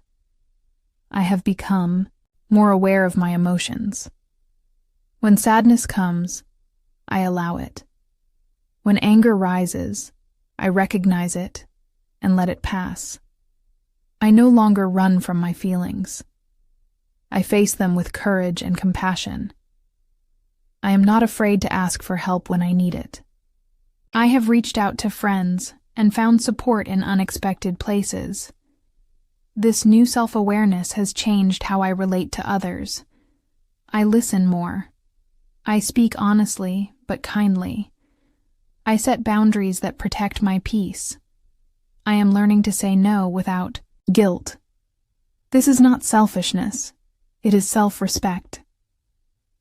I am not the same woman who stayed in painful relationships for fear of being alone. I have learned that being alone can be a blessing. It is a chance to heal, to grow, and to find peace. I know, now that I am enough just as I am proud of the woman I have become. Not because she is perfect, but because she is real.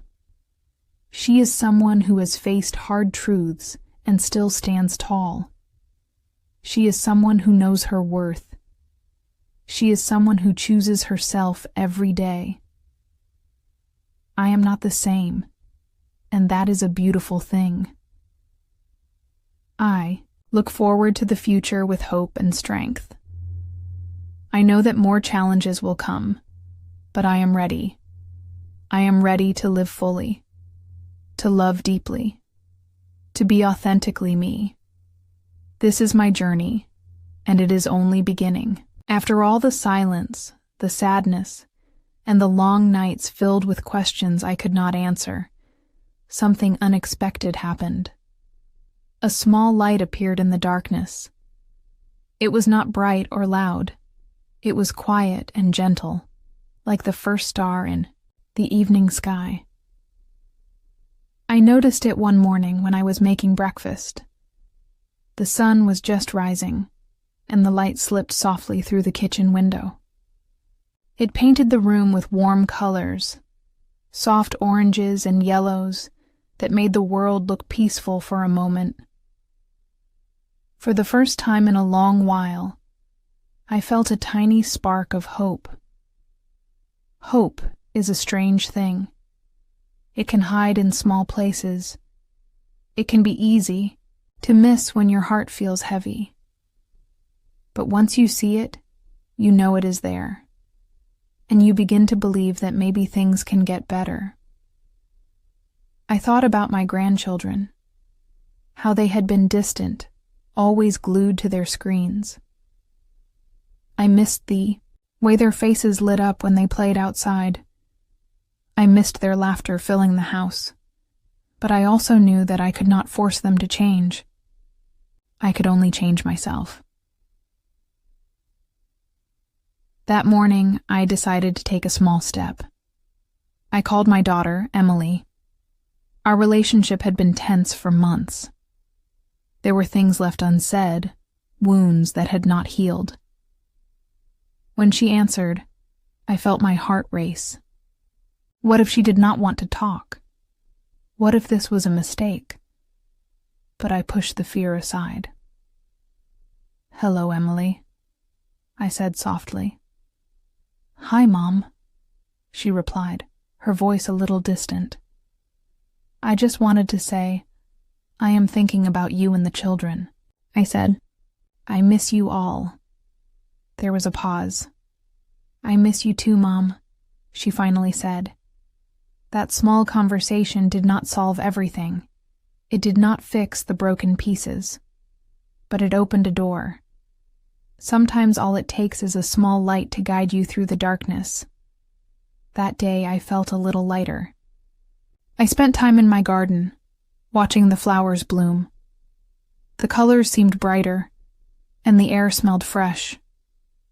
I realized that life is full of small moments like this. Moments of beauty, kindness, and hope.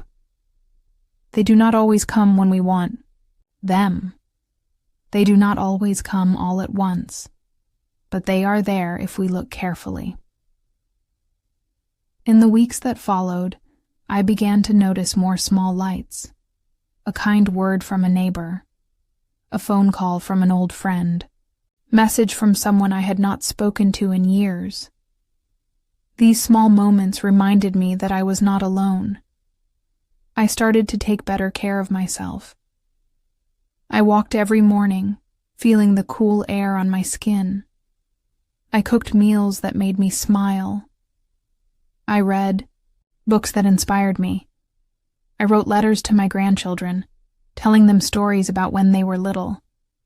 I wanted them to know that even if they did not always see me, I was here. I loved them deeply. One evening, I sat by the fireplace with a photo album. I looked at pictures of happy times, birthdays, holidays, simple days at the park. I smiled through tears. Those memories were small lights too. They reminded me of love that never truly disappears. I knew the road ahead would still have challenges. There would be days of sadness and frustration, but I felt ready to face them. Because now, I had a small light inside me.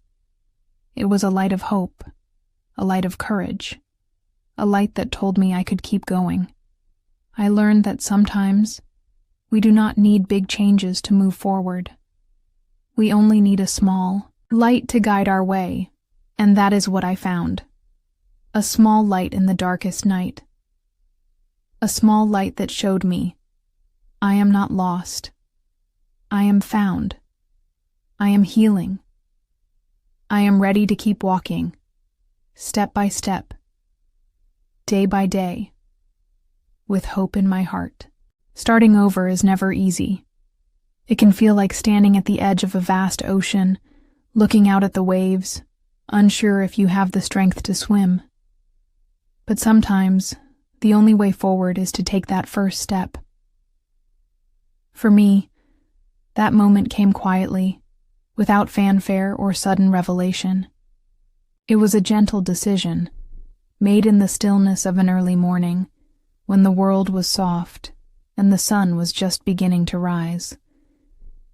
I realized that I could not live in the past anymore. The pain, the betrayals, the loneliness, they had shaped me, yes, but they would not define my future. I would begin again.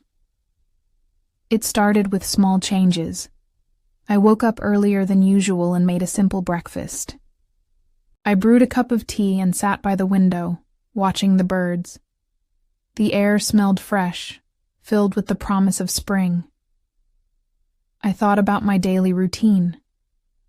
It had become stale, filled with memories that brought more sadness than joy. So I decided to try something new. I signed up for a yoga class at the community center. I was nervous at first. I worried that I might be too old, too out of shape. But when I arrived, I found a group of people of all ages, moving gently and breathing deeply. The instructor spoke softly, reminding us to be kind to our bodies and minds. I felt my muscles stretch, my heart open. It was not just exercise. It was a small act of love toward myself. After class, I walked home slowly, feeling lighter than I had in months. The sun was warm on my face, and the world seemed full of possibility. I also started to clean my house differently. Instead of rushing through chores, I took my time. I opened windows to let fresh air in. I put on music I loved and sang along, quietly. My home began to feel like a place of peace again. One afternoon, I sat down to write. Not for anyone else, but for myself. I wrote letters I might never send. I wrote about my feelings, my hopes and fears. The words spilled out like water from a broken dam. It was healing. I began to look for joy in simple things. The taste of fresh fruit, the sound of rain on the roof, the smile of a stranger on the street. These small moments helped me feel connected to life again. I also made a decision to reach out to old friends, people I had lost touch with over the years. I sent messages, not asking for anything, just saying hello. Some did not reply, and that was okay. Others wrote back, surprised but happy to hear from me.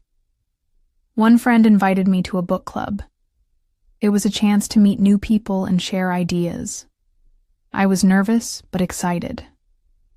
For the first time in a long time, I felt the possibility of friendship and belonging. I thought often about my grandchildren. I wanted to rebuild those connections too. I knew it would take time and patience. They were growing up in a world very different from mine, filled with screens and noise. So I sent them small gifts, books, puzzles, letters with stories about their childhood. I hoped these little tokens would remind them that I was here, that I cared deeply. Every day, I reminded myself that beginning again did not mean forgetting. It meant carrying my past with me, but not letting it hold me back. I learned that healing is not a straight line. It is a winding path, with ups and downs. Some days, I felt strong and hopeful. Other days, I felt tired and sad. But I kept moving forward. One evening, I sat on my porch and watched the sunset. The sky was painted with soft pinks and purples. I breathed deeply and felt peace. I realized that beginning again is a gift. It is a chance to rewrite your story, to find new dreams, and to love yourself in ways you never thought possible. I am beginning again. Not because everything is perfect, not because the past is gone, but because I am ready. Ready to live fully. Ready to love deeply. Ready to be truly me. This is my new beginning, and it feels beautiful. It was a day I never expected. After many weeks of silence, he reached out. The phone rang in the middle of my quiet afternoon. I looked at the screen and saw his name. My heart skipped a beat. I was not sure if I wanted to answer. The past had been heavy between us. There were broken promises, misunderstandings, and hurt that still felt fresh. I had spent so much time trying to heal alone, to build my life without him. And now, here he was, trying to come back. I took a deep breath and pressed the answer button. "Hello?" I said quietly. "Hi," he replied. His voice sounded uncertain, like a man searching for the right words. We spoke carefully, slowly.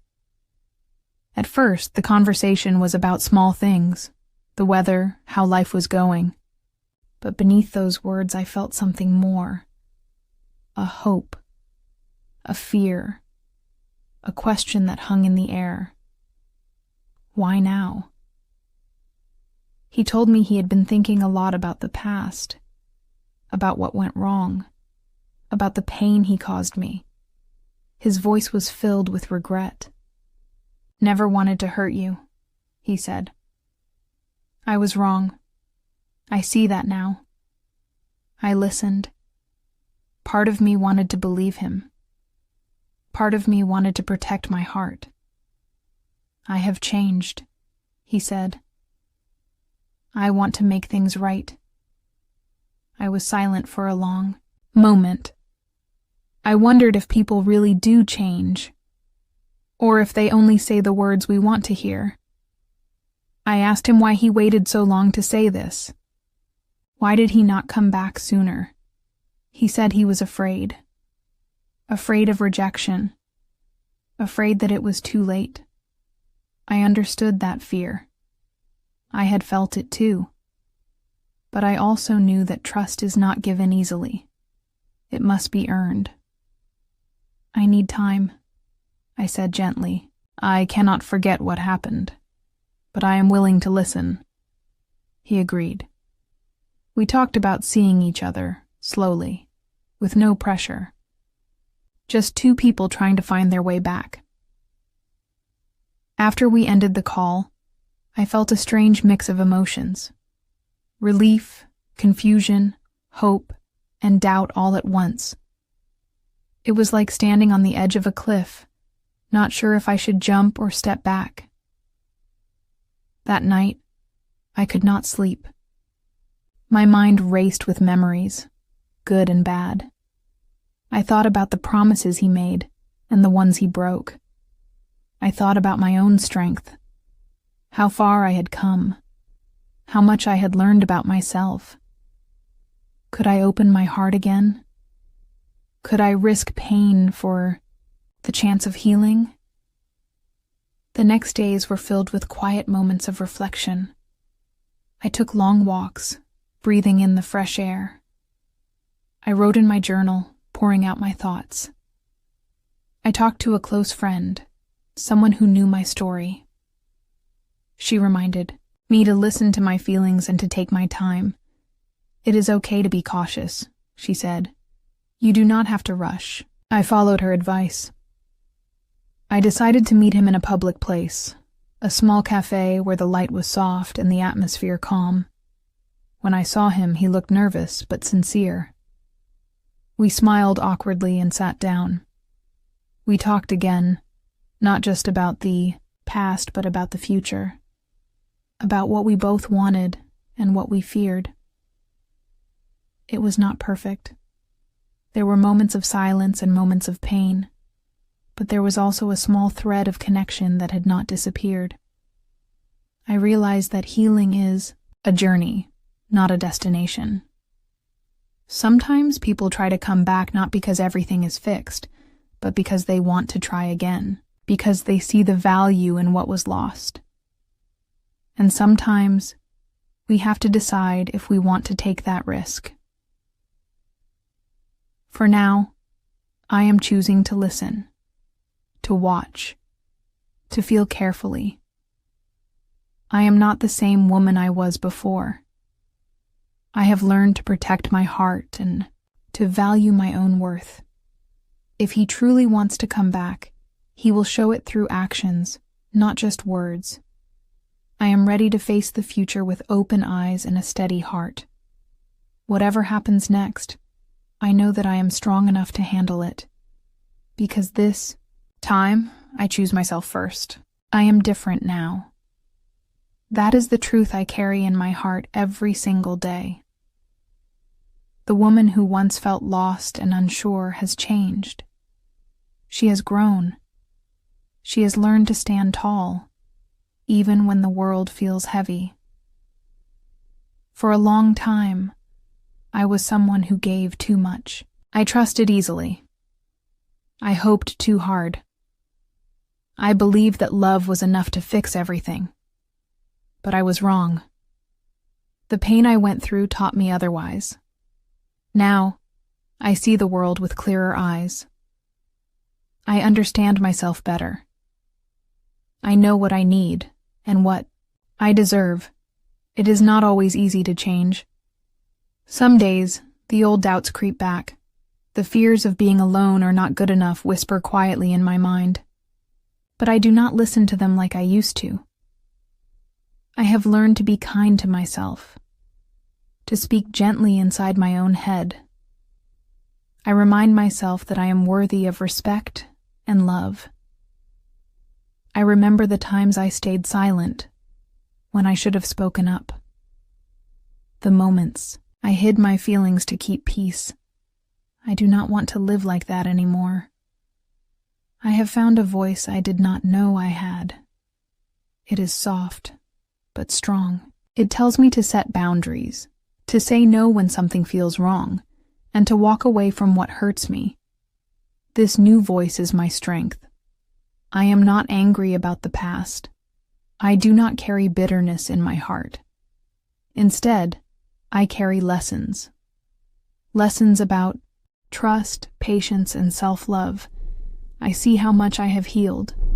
It is not perfect healing. There are still scars, and they remind me of the battles I fought. But those scars do not hold me back. They are part of my story, and I wear them with pride. I have learned to forgive. Not because I forget what happened, but because I want to free myself from the pain that holds me prisoner. Forgiving does not mean I accept bad behavior.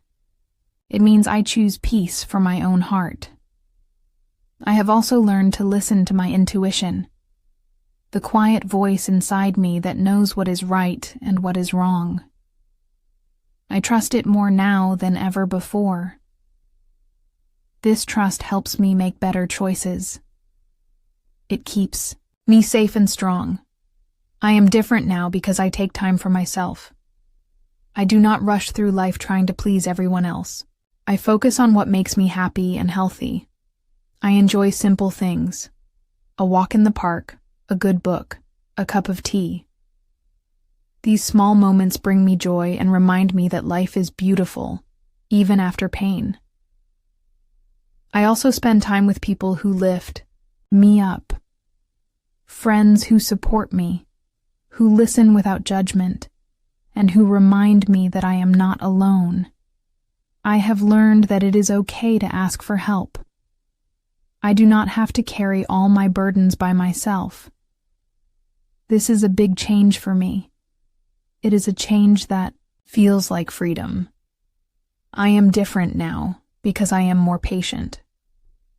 I understand that healing takes time. I do not expect quick fixes or perfect answers.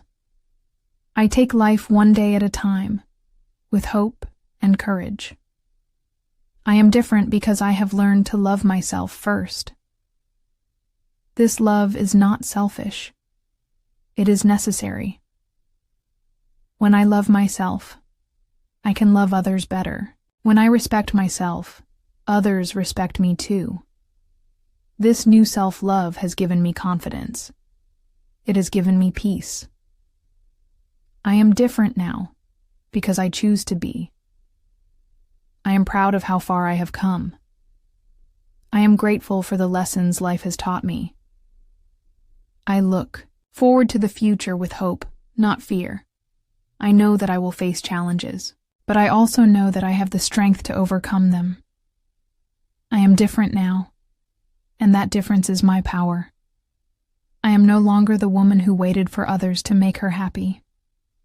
I am the woman who creates her own happiness. I am no longer the woman who feared rejection. I am the woman who knows her worth. I am no longer the woman who doubted herself. I am the woman who believes in her dreams. This is who I am today. Strong, hopeful, and free. Choosing myself was not easy. It was the hardest decision I ever made, but it was also the most important. For so many years I had put others first. My family, my friends, even strangers who needed help. I thought that was what love meant. I believed that by giving everything to others, I would be enough. But I learned the truth the hard way. Sometimes, when you give too much of yourself, there is nothing left to give. You become empty. You lose your voice. You forget who you really are. That is where I was when I finally realized I needed to choose myself. It was not about being selfish. It was about survival. It was about finding the woman I lost along the way. The woman who had dreams, hopes, and a heart that deserved kindness and respect. I remember the moment clearly. I was sitting alone in my favorite chair, a cup of tea warming my hands. The house was quiet. I looked out the window and saw the sunlight falling gently on the garden. It was peaceful, but inside me, there was a storm. I thought about everything that had happened, the betrayals, the silence, the loneliness. I thought about how I had tried to hold on to people who did not value me. I thought about all the times I felt invisible in my own life. That day, I made a promise to myself, a promise to put my own needs and feelings first, to stop waiting for others to fix my pain or make me happy. I decided that I would be my own priority. It was scary at first. Changing old habits is never easy. Saying no felt strange. Setting boundaries felt uncomfortable. But every small step I took gave me more strength. I started saying no to things that drained my energy. I stopped answering calls when I was tired. I stopped trying to please people who did not care. Instead, I said yes to things that made me feel alive. I took time for myself. I read books that inspired me. I walked in the park and listened to the birds. I found joy in the little things. I learned to celebrate my own company. Choosing myself also meant forgiving myself. Forgiving all the mistakes I made. Forgiving the times I was too trusting or too quiet. I realized that I had been hard on myself for too long. I deserved compassion just as much as anyone else. I began to treat myself with kindness. I spoke to myself like I would speak to a dear friend. I reminded myself that I am enough, just as I am. With time, I felt the walls around my heart begin to soften. The fear of being alone faded. The sadness that once weighed me down lifted, little by little. I understood that choosing myself was not a one-time decision. It was a daily act of courage.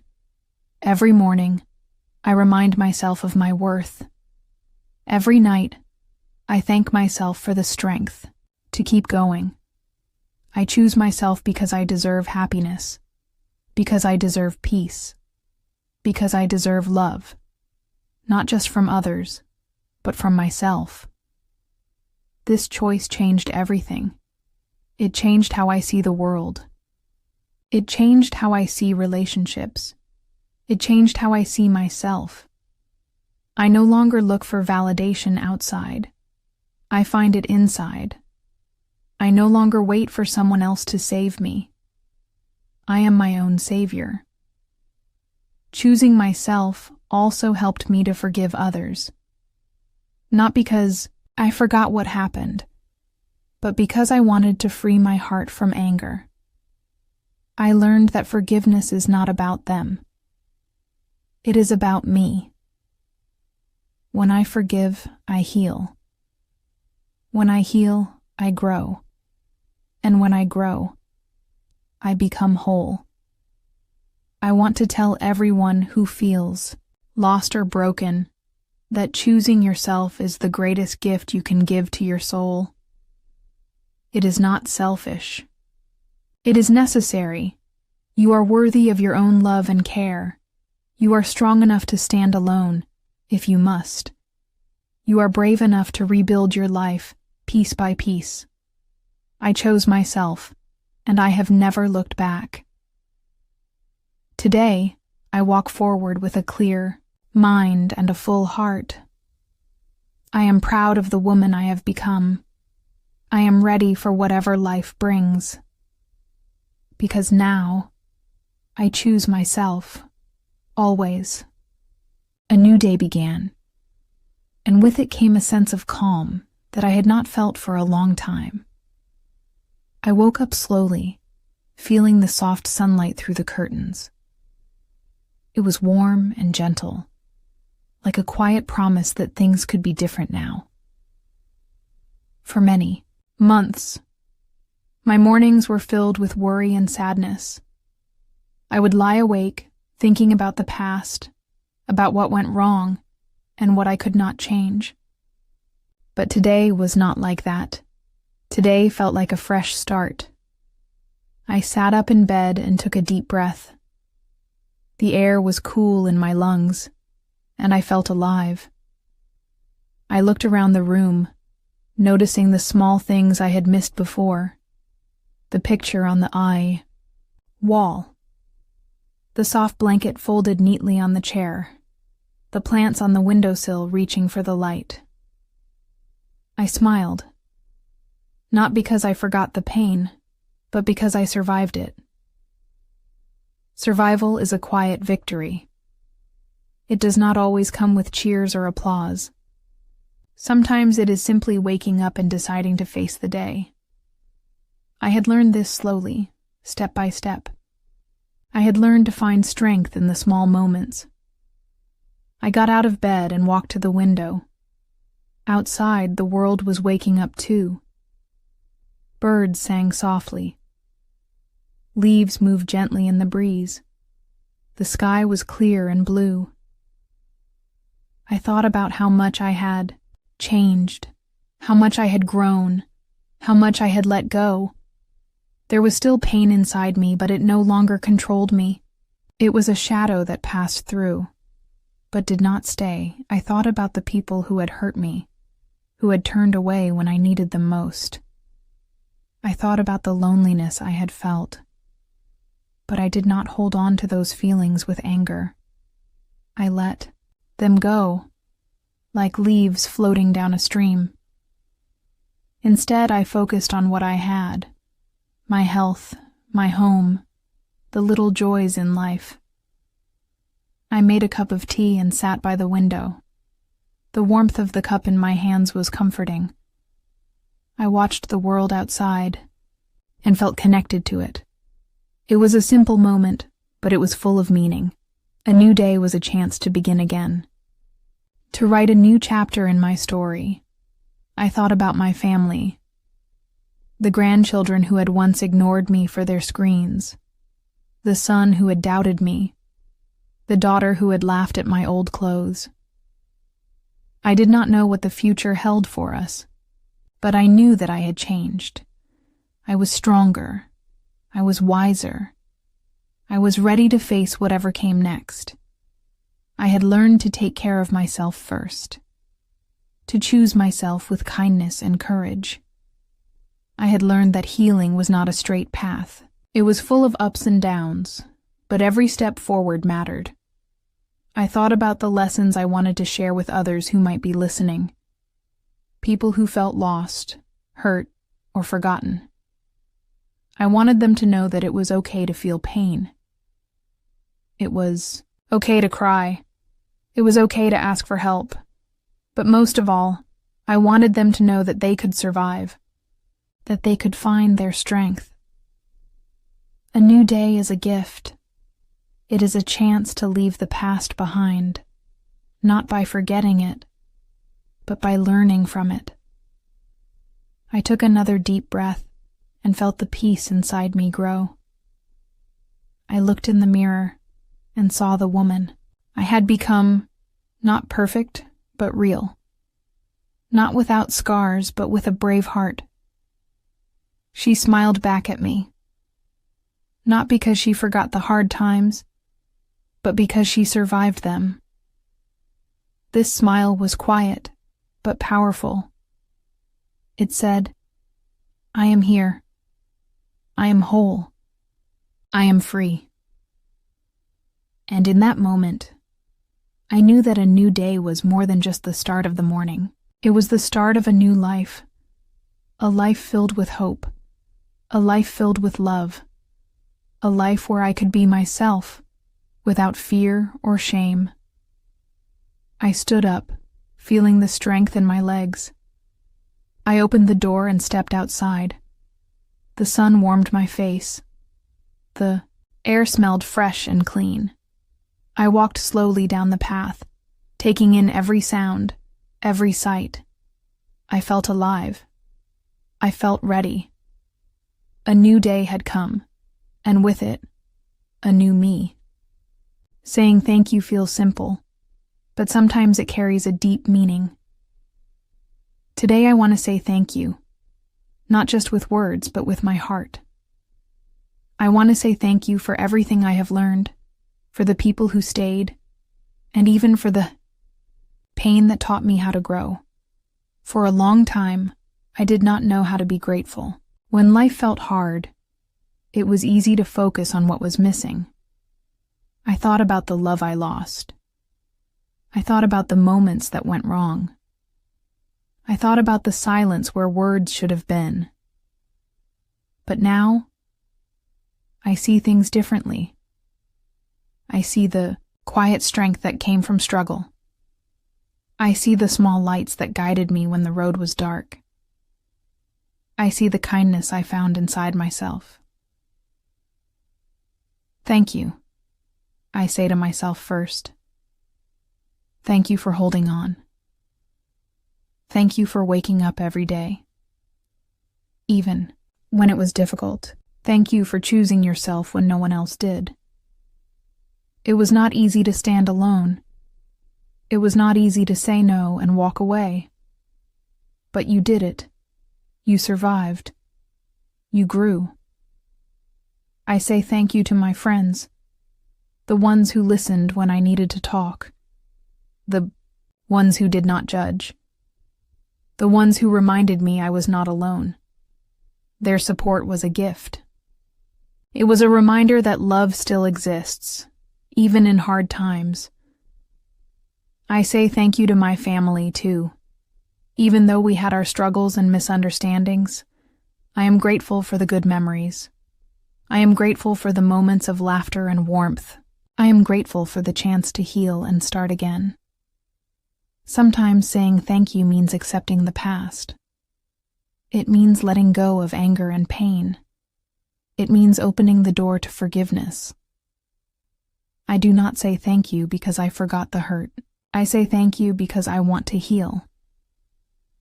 Healing is a journey. It is not quick or easy. But it is possible. I want to say thank you for the lessons I learned, for the times I felt weak, but found strength, for the times I felt lost, but found my way. Each challenge taught me something important. Each tear made my heart stronger. Each goodbye opened the way for new hellos.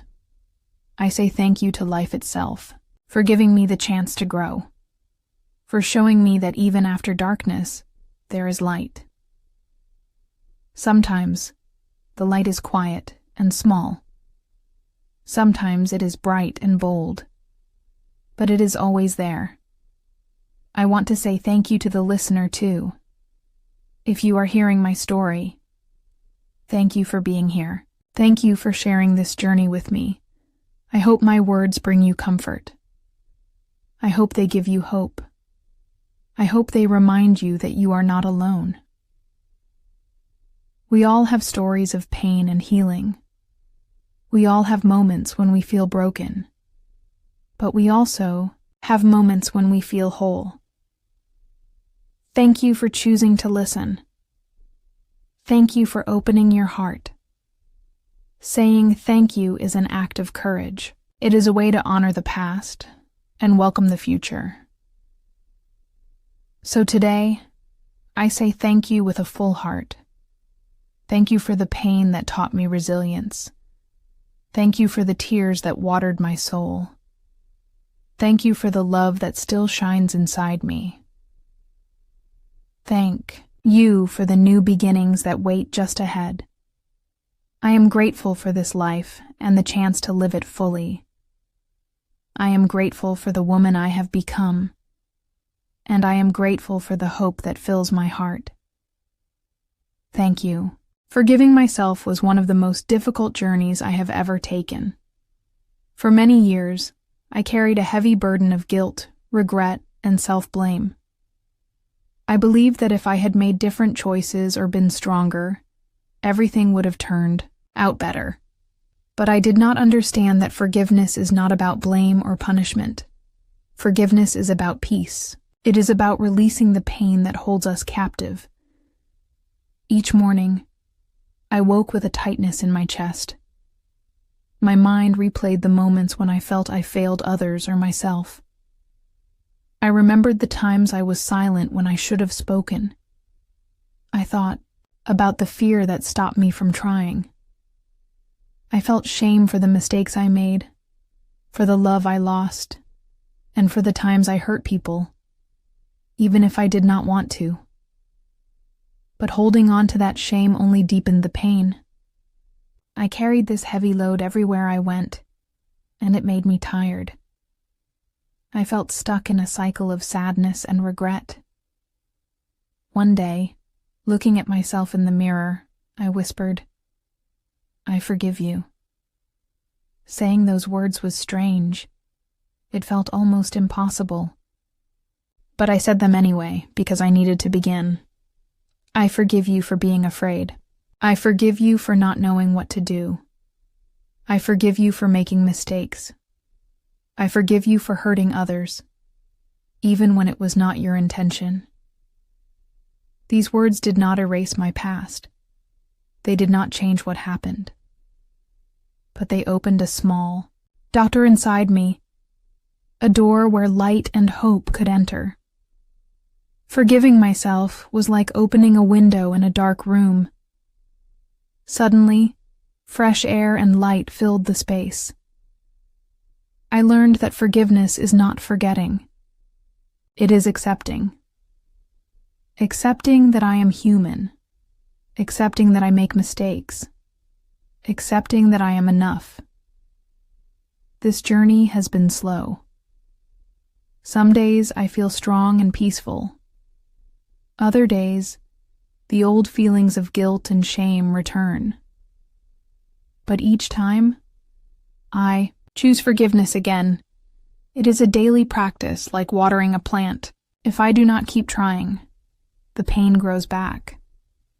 I also learned to speak kindly to myself. Instead of harsh criticism, I use gentle words. When I make a mistake, I tell myself, "It is okay. You are learning." When I feel lost, I say, "You will find your way." When I'm afraid, I remind myself, "You are brave." Forgiving myself also means being honest with my feelings. It means looking at my pain without running away. It means sitting with discomfort and not judging myself for it. At times, forgiving myself required me to let go of the idea of perfection. I saw that perfection is not real. It is a trap that keeps us stuck in fear and shame.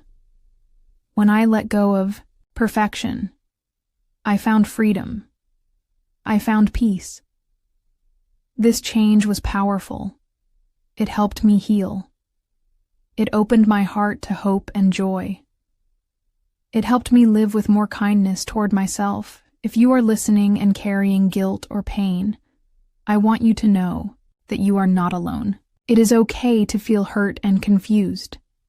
It is okay to feel lost sometimes. But please remember this. You deserve forgiveness. You deserve kindness. You deserve peace. You do not have to carry your pain forever. You can choose to forgive yourself. It may not be easy. It may take time. But it is possible. Forgiveness frees your heart. It helps you move forward. It gives you strength to face the future. I am still learning to forgive myself every day. I know this will be a lifelong journey, but each day I grow kinder and gentler with myself. Each day, I find more peace. I no longer see my mistakes as failures. I see them as lessons. They are part of my story, but they do not define who I am. I am learning to love myself more deeply, to trust myself more fully, to live more freely. Forgiving myself has been a gift. It has opened the door to new possibilities. It has helped me find happiness again. So today, I say to you, with all my heart, forgive yourself. You are worthy of love. You are worthy of peace. You are stronger than you realize. And you are enough. Thank you for listening to my story. May you find the courage to forgive yourself and live with kindness in your heart.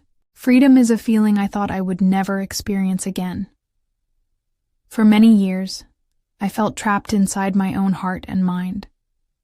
The pain and the worries were like heavy chains that held me tight. I did not know how much those chains weighed on me until I slowly began to take them off, one by one. I remember a quiet morning when I first truly felt free. The sun was just beginning to rise, and the soft light touched the leaves outside my window. The world looked calm and beautiful, and for the first time in a long time, I felt calm inside too. I took off my shoes and walked barefoot across the wooden floor. The coolness of the floor touched my skin, and it made me smile. It was such a simple moment, but it felt very powerful. In that moment, I was free. Not because I had changed everything around me, but because I had changed inside. Being free does not mean that all problems disappear. It does not mean that fear and pain are gone forever. Instead, it means that I no longer allow those things to control me. I have learned to live with my feelings without being afraid of them. When the storm comes, I breathe deeply and stay still. I do not run away. I started to dance again. I did not dance in front of anyone else, and I did not dance for any special reason. I danced for myself. I danced to feel alive. At first I was shy. My movements were slow and careful, but with each step, I felt lighter. My body remembered joy, even when my heart was heavy. Walking barefoot, dancing alone, feeling the earth beneath my feet. These small actions helped me feel connected to life again. They reminded me that I am a part of this world, not separate from it. I am alive. That is a beautiful thing. Freedom also means letting go. Letting go of the things that hold us back. Old fears, painful memories, and the need to control everything. I had to learn this slowly. Letting go was like opening my hands to release something I loved but could not keep. At first, letting go was very scary. I felt like I was losing a part of myself. But slowly, I saw that when I let go, I made space for new things to come in. I made space for peace, hope, and love. Being free means accepting myself. It means accepting all parts of me, the strong parts and the weak parts. It means saying to myself, I am enough, even on days when I feel broken. It means forgiving myself again and again. It means trusting that life will go on and that I can face whatever comes.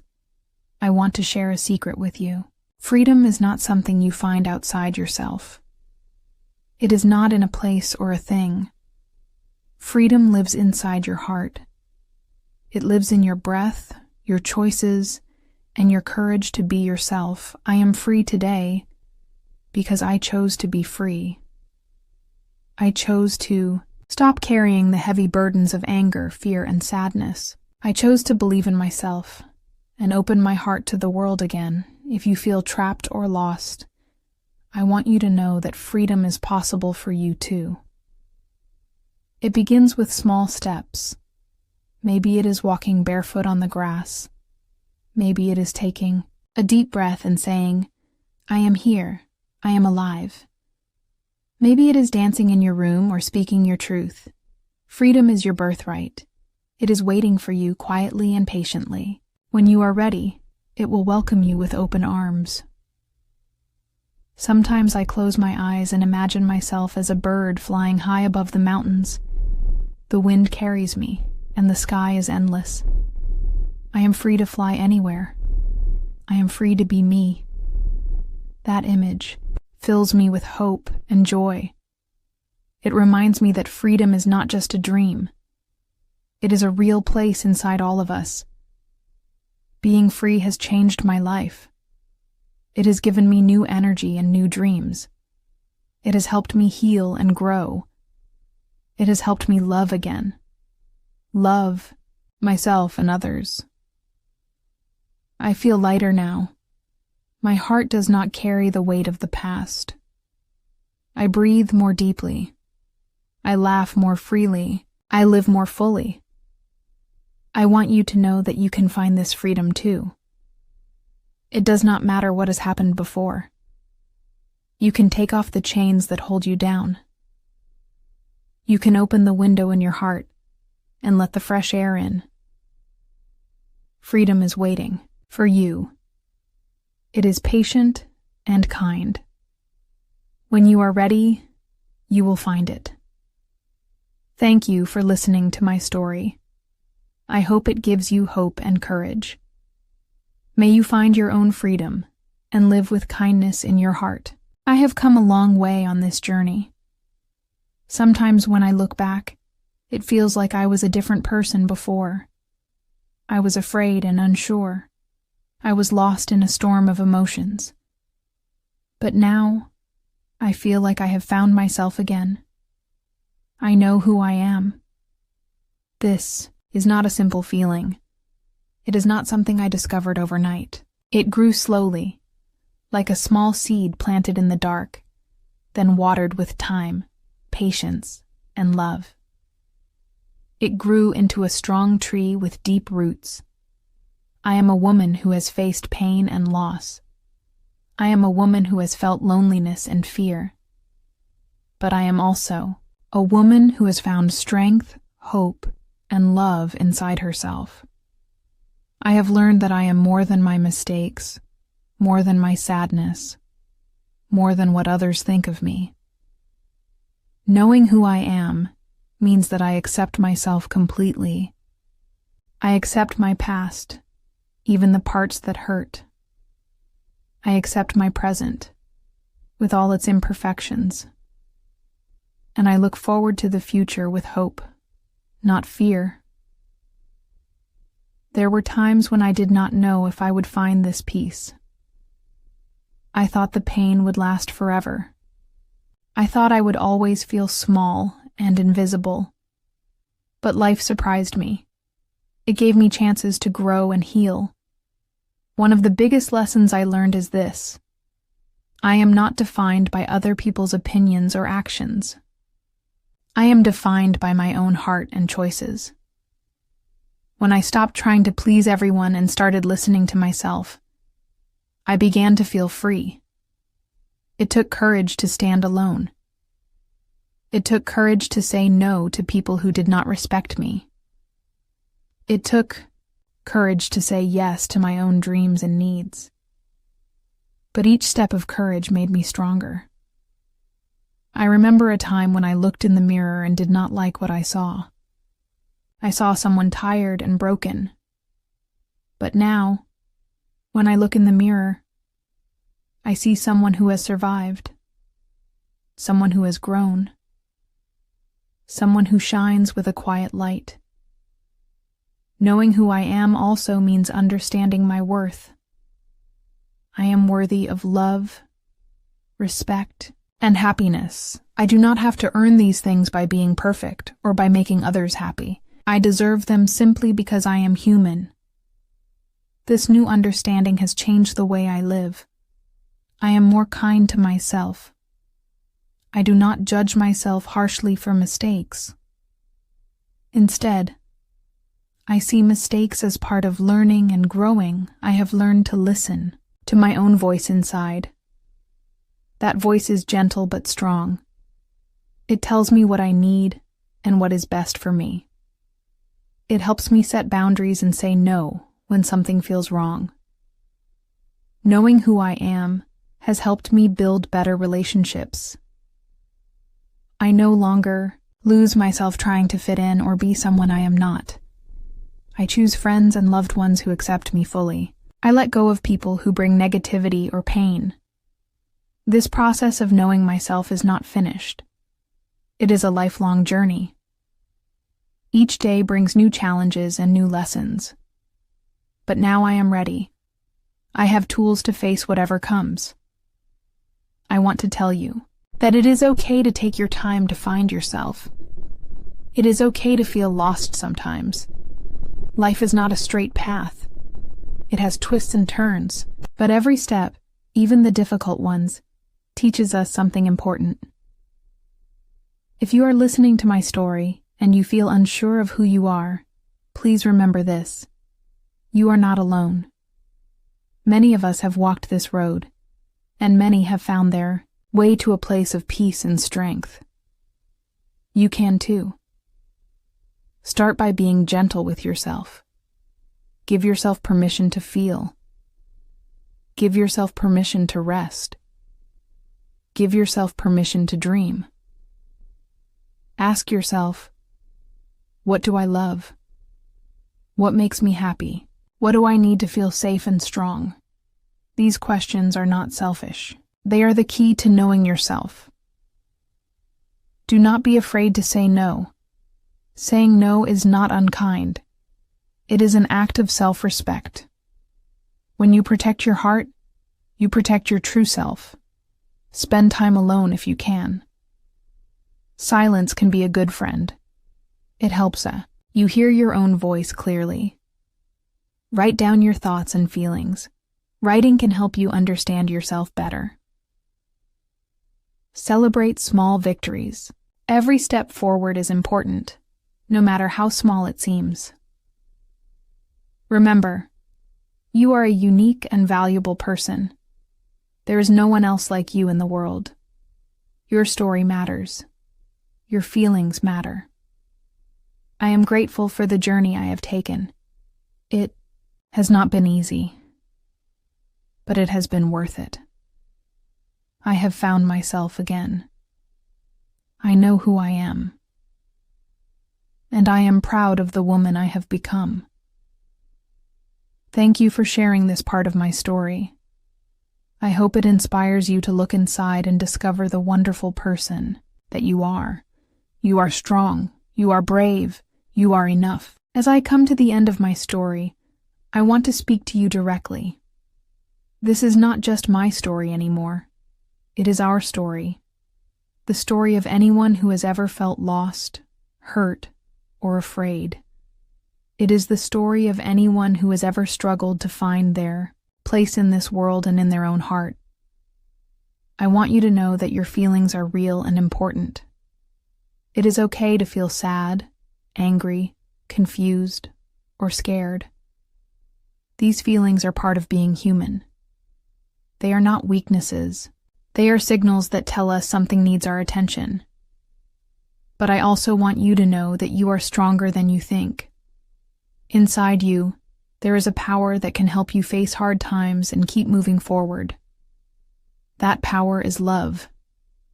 Love for yourself, love for life, and love for others. If you are listening to this story, maybe you are going through a difficult time right now. Maybe you feel alone or misunderstood. Please know that you are not alone. There are people who care, even if it does not feel that way sometimes. When I was at my lowest, I thought I would never feel happiness again. I thought the pain would never end. But little by little, I found light. I found hope. And so can you. I want to share some lessons I have learned on my journey. They helped me heal, grow, and become the person I am today. I hope they can help you too. First, be patient with yourself. Healing takes time. There is no rush and no perfect schedule. Some days will be easier than others. Some days will feel like steps backward. That is normal. Keep going, even if it is just a small step. Second, do not be afraid to ask for help. Sometimes we try to carry everything alone because we think we should be strong all the time. But true strength is knowing when to reach out. Talk to a friend, a family member, or a counselor. Share your feelings. You do not have to carry your burdens alone. Third, take care of your body and mind. Simple things like eating well, sleeping enough, and moving your body can make a big difference. Also, try to do things that make you happy. Reading, listening to music, walking in nature, or whatever brings you peace. Fourth, forgive yourself. We all make mistakes. We all have regrets. But holding on to guilt and blame only hurts us. Forgiveness is not about forgetting or saying what happened was okay.